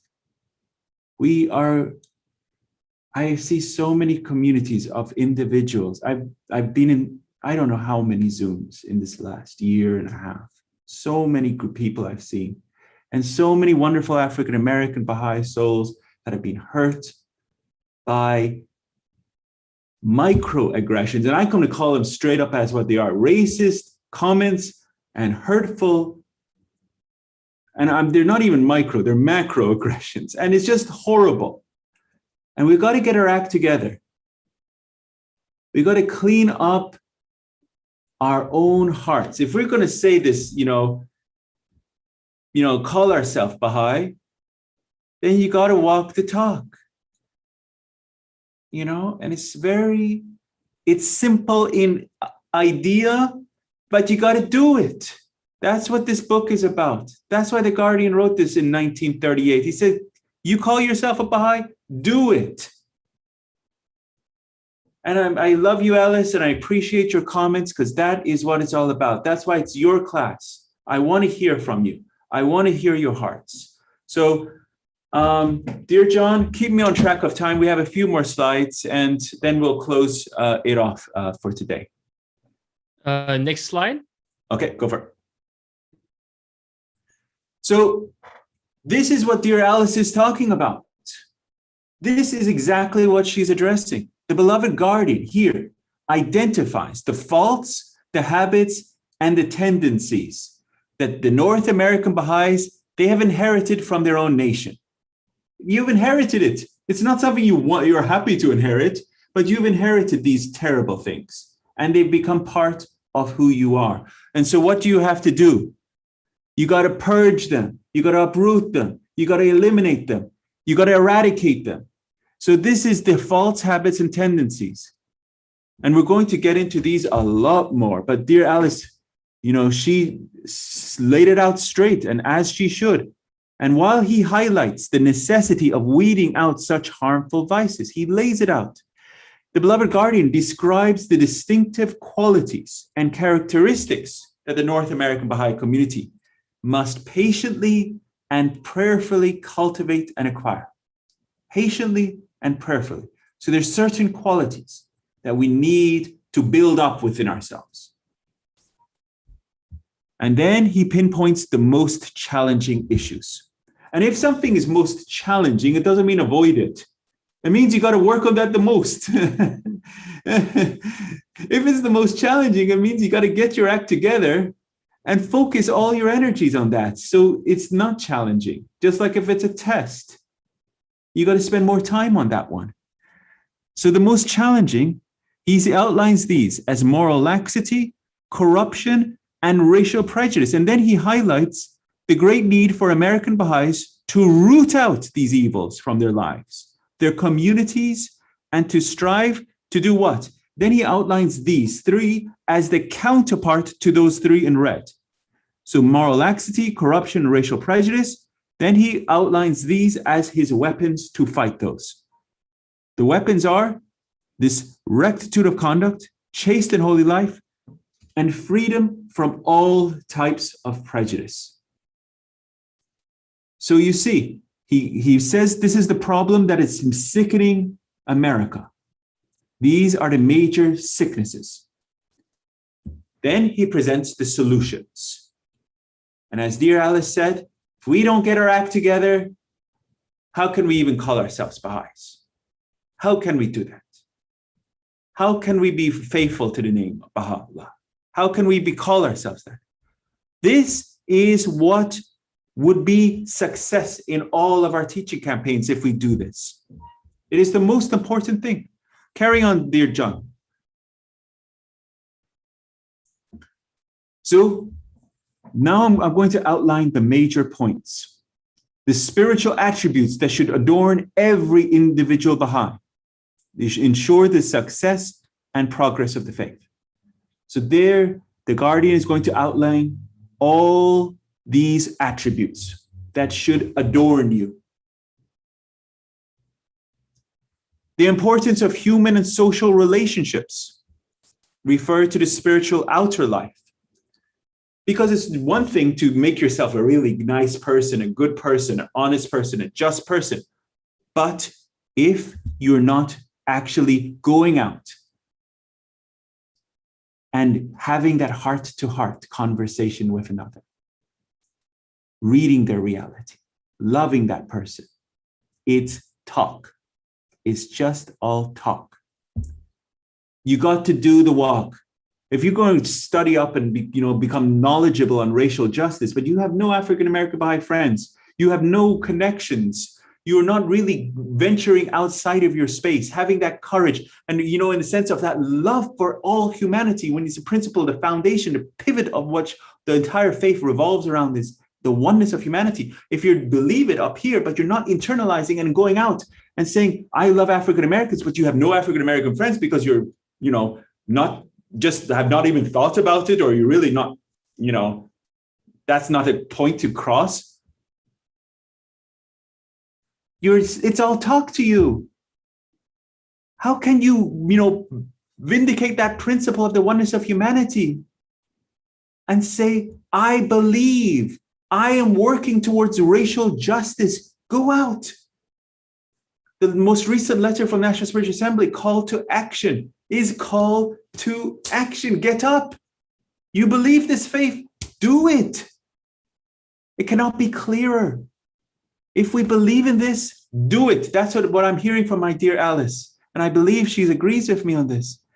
You believe this, do it. So this is about transformation of your inner life and your outer life. So you recreate these spaces so that it's inclusive of everyone. Every voice heard, every voice loved, every space encouraged. The beloved guardian outlines the basic ills affecting the American body politic and the new challenges and opportunities that are created and the role of the American believers in the cause. Carrying on, dear John.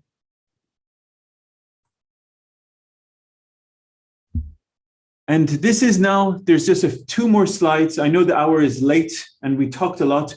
The future sessions are going to be exact start, exact end. So I know it was a long session today, but I just wanted to get this first session out, okay? So that's for my dear John, just letting him know, heads up, and also for every one of you. Now we're just in the last few slides. We're going to address this terminology that the title of this text is Advent of Divine Justice. Where did the beloved guardian get this title from? So in a number of his tablets, His Holiness Baha'u'llah refers to this revelation as the Advent of Divine Justice. And as my dear Uncle Khaze says, Advent is bringing in, because the departure of the word of God, irreligion has been happening. It has been a fall down in irreligion. So now this is the advent, the coming back, the coming in of this new word of God, the coming of a new dispensation. So here in this extract, which is such a cool extract, and I urge you to read Gleanings from the Writings of Baha'u'llah. This is an extract from Gleanings from the Writings of Baha'u'llah, where in this one extract, it actually addresses two of the letters of the beloved guardian. He says, bestir yourselves, O people, in anticipation of the days of divine justice, this advent of divine justice. For the promised hour is now come. There's his other letter, 1941. Promised day is come, right? So, boom, first one, advent of divine justice. For the promised hour is come. Beware lest you fail to apprehend its import and be accounted among the erring. So you have to bestir yourselves. Bestir means shake yourselves. Be alert. Be full of energy. And then in another tablet, Baha'u'llah asserts, in this day, the straight path is made manifest. The balance of divine justice is set, and the light of the sun of his bounty is resplendent. Yet the oppressive darkness of the people of tyranny hath, even as clouds, intervened and caused a grievous obstruction between the day star of heavenly grace and the people of the world.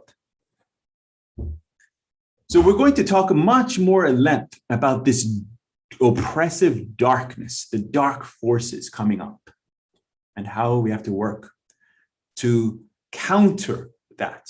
Even the Universal House of Justice talked about these countervailing forces that are at play. So these are things that we have to work on. to strengthen our inner life, to protect ourselves against these forces of darkness. Okay, next slide, my dear John. And this one, I believe, is from the Blessed Bob. Yes, this is now from the Blessed Bob, the twin manifestation in this day. And I urge you all to read Dispensation of Baha'u'llah, one of the world order letters, because in the Dispensation of Baha'u'llah, you get more of a feeling of who the stationhood of the Bab is. So when we read the writings of the Blessed Bab and selections from the writings of the Bab, you get more of the stationhood of who this manifestation of God is. Incredible. So the Blessed Bab also refers to the days of his revelation and the revelation of he whom God shall make manifest, namely Baha'u'llah, as the days of the advent of divine justice. And we go to selections from the writings of the Bab, and he writes, these are the appointed days which ye have yearningly awaiting in the past, the days of the advent of divine justice. Render ye thanks unto God, O ye concourse of believers. This is the day of God, my dear friends. This has been waited for thousands of years. Dispensations, manifestations of God have been calling forth on this day, the advent of divine justice, the day of Baha'u'llah, the Blessed Bab. This is the appointed day. Carry on, my dear John.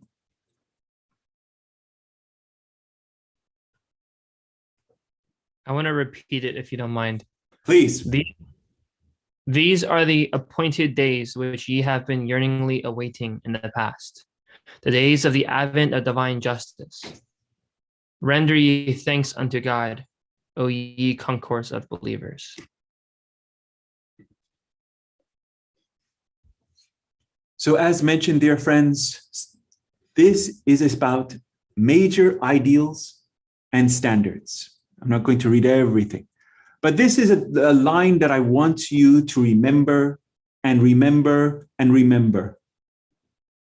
This, what I've bolded in red, is because the standards of society, this conduct of society is what?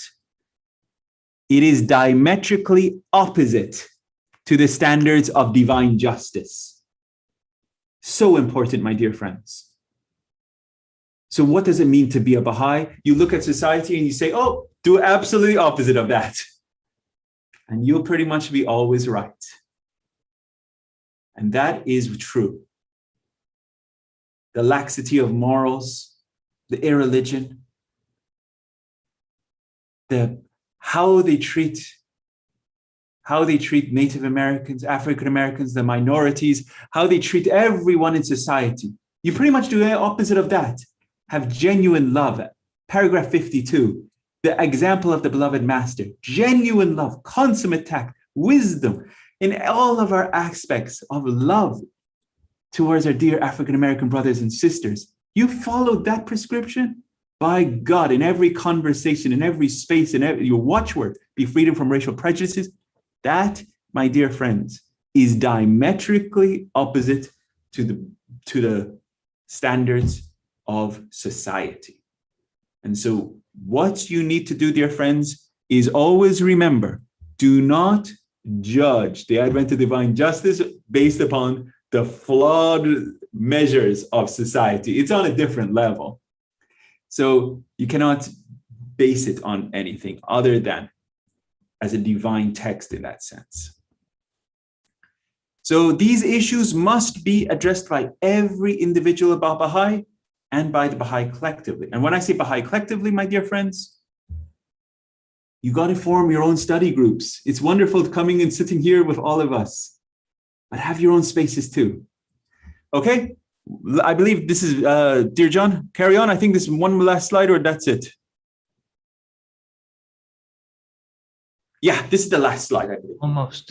Okay, so if someone asked me, dear Ehsan, I've heard in the Advent of Divine Justice, it talks about racial justice.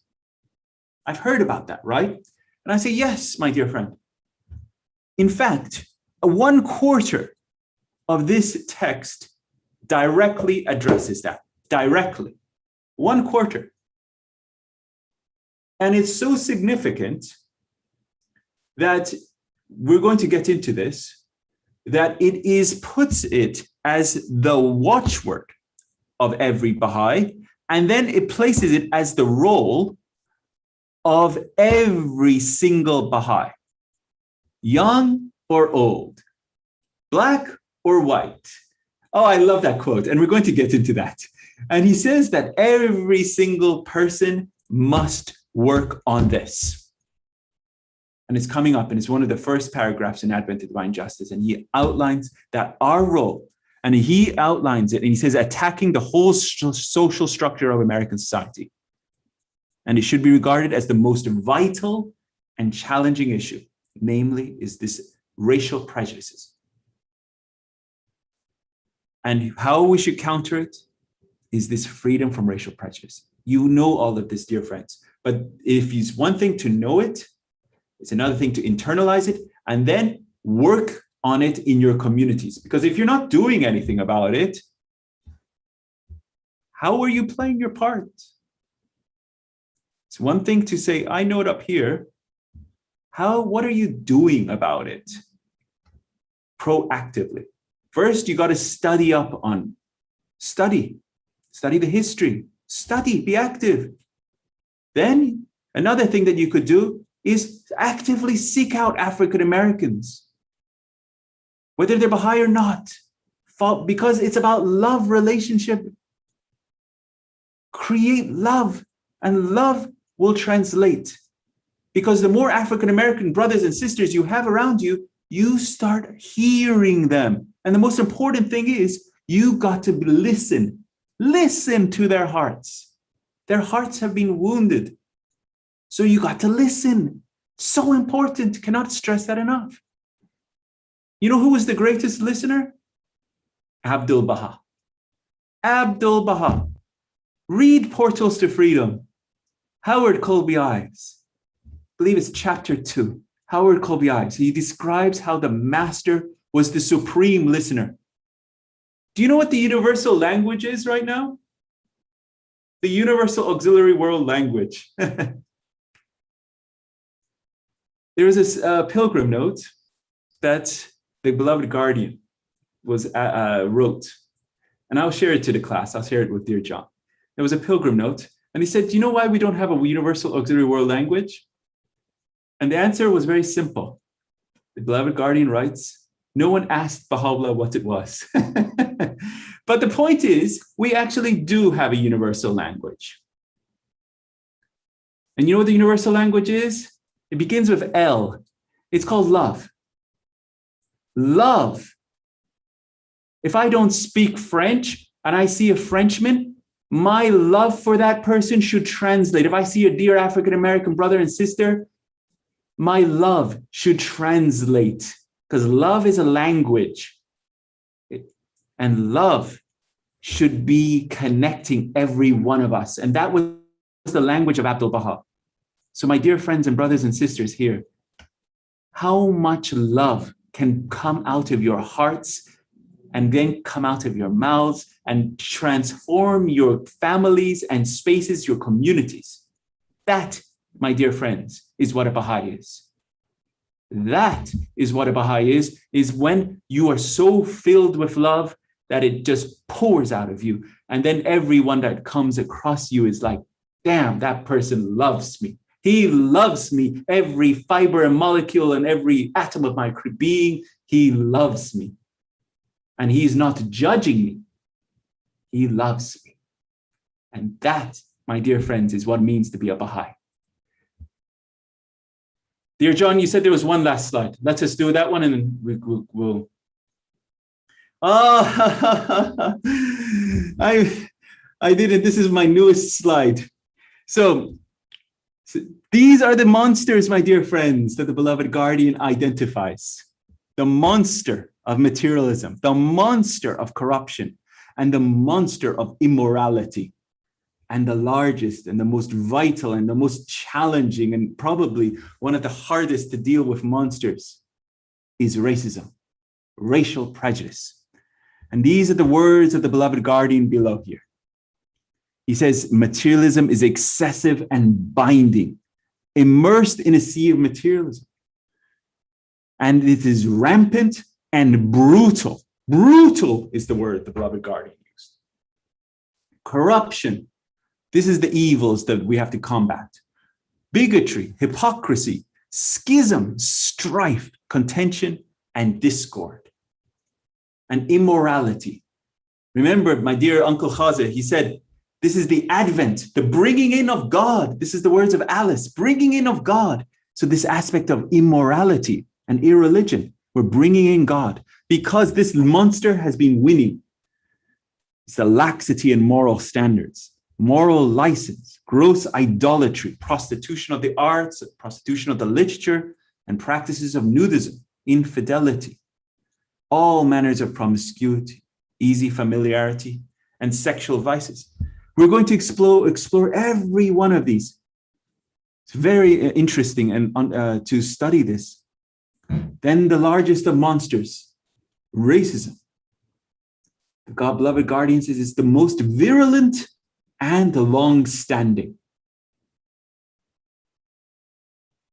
Very long-standing. It is, and my dear Uncle Khaze, he said, when I tied it to medicine, the beloved guardian does this. He calls it a cancerous growth. It starts maybe small, just I'm sure every one of you in your, either, God forbid, in your personal lives, or know someone. But cancer usually starts small somewhere. But if you leave it, ignore it, it spreads, it gets worse, and it goes to different organs and on your body, and it overtakes the host, because a cancer is a foreign substance. It is when the cells have decided to operate without the control of the body. It just decides to do its own thing. And that is a cancerous growth. And it is a detriment to the host. And racial prejudice is that cancer. And we have to uproot it, purge it. Most vital and challenging issue, devastating ferocity. It is a curse of racial prejudice. This is the beloved word. Every one of these is a word of the beloved guardian addressed to this. And as to racial prejudice, the corrosion of which for well nigh a century, it has bitten into the fiber and attacked the whole structure of the American society. My dear John, is that it, or is there one more?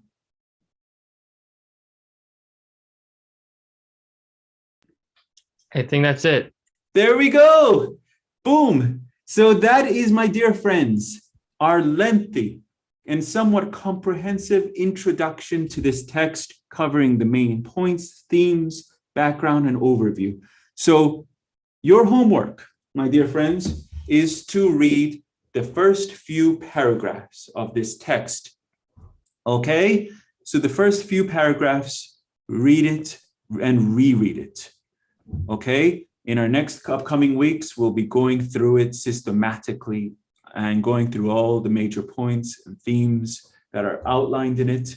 And I would love to hear from you, as I heard from several of dear friends, from Alice today, from John, from Iman, from Uncle Khaze. And obviously, I know you can't always be here every week. And also, obviously, I can't. And I'll let my dear John carry on the conversation.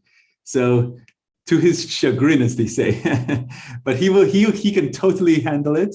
And so it will be an incredible space of learning. But I thank you, and I'm really excited to walk this journey with you. So any questions at this time before we close? I like to close with a prayer. I love it, my dear Alice. Oh God, make me a hollow reed where the pit of self has been blown, so I may become a clear channel where thy love may flow through me to others. Oh God, make me a hollow reed where the pit of self has been blown, so I may become a clear channel for thy love may flow through me to others. Thank you. Thank you, the Bab, the gate. Thank you, Baha'u'llah, the all-glorious. Thank you, Abdu'l-Baha, for being the covenant of this faith. Thank you, Shoghi Effendi, for the guardian. Thank you, Bahil Kanun, our most holy leaf. Thank you, God, for this bounty. Thank you for the teaching today. And I thank you for all that showed up. Thank you, Holy Spirit, for your directions today. Thank you, thank you, thank you, thank you, thank you, Lord.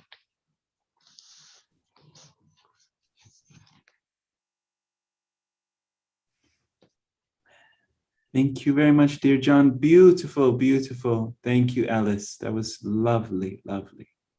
Thank you, everybody.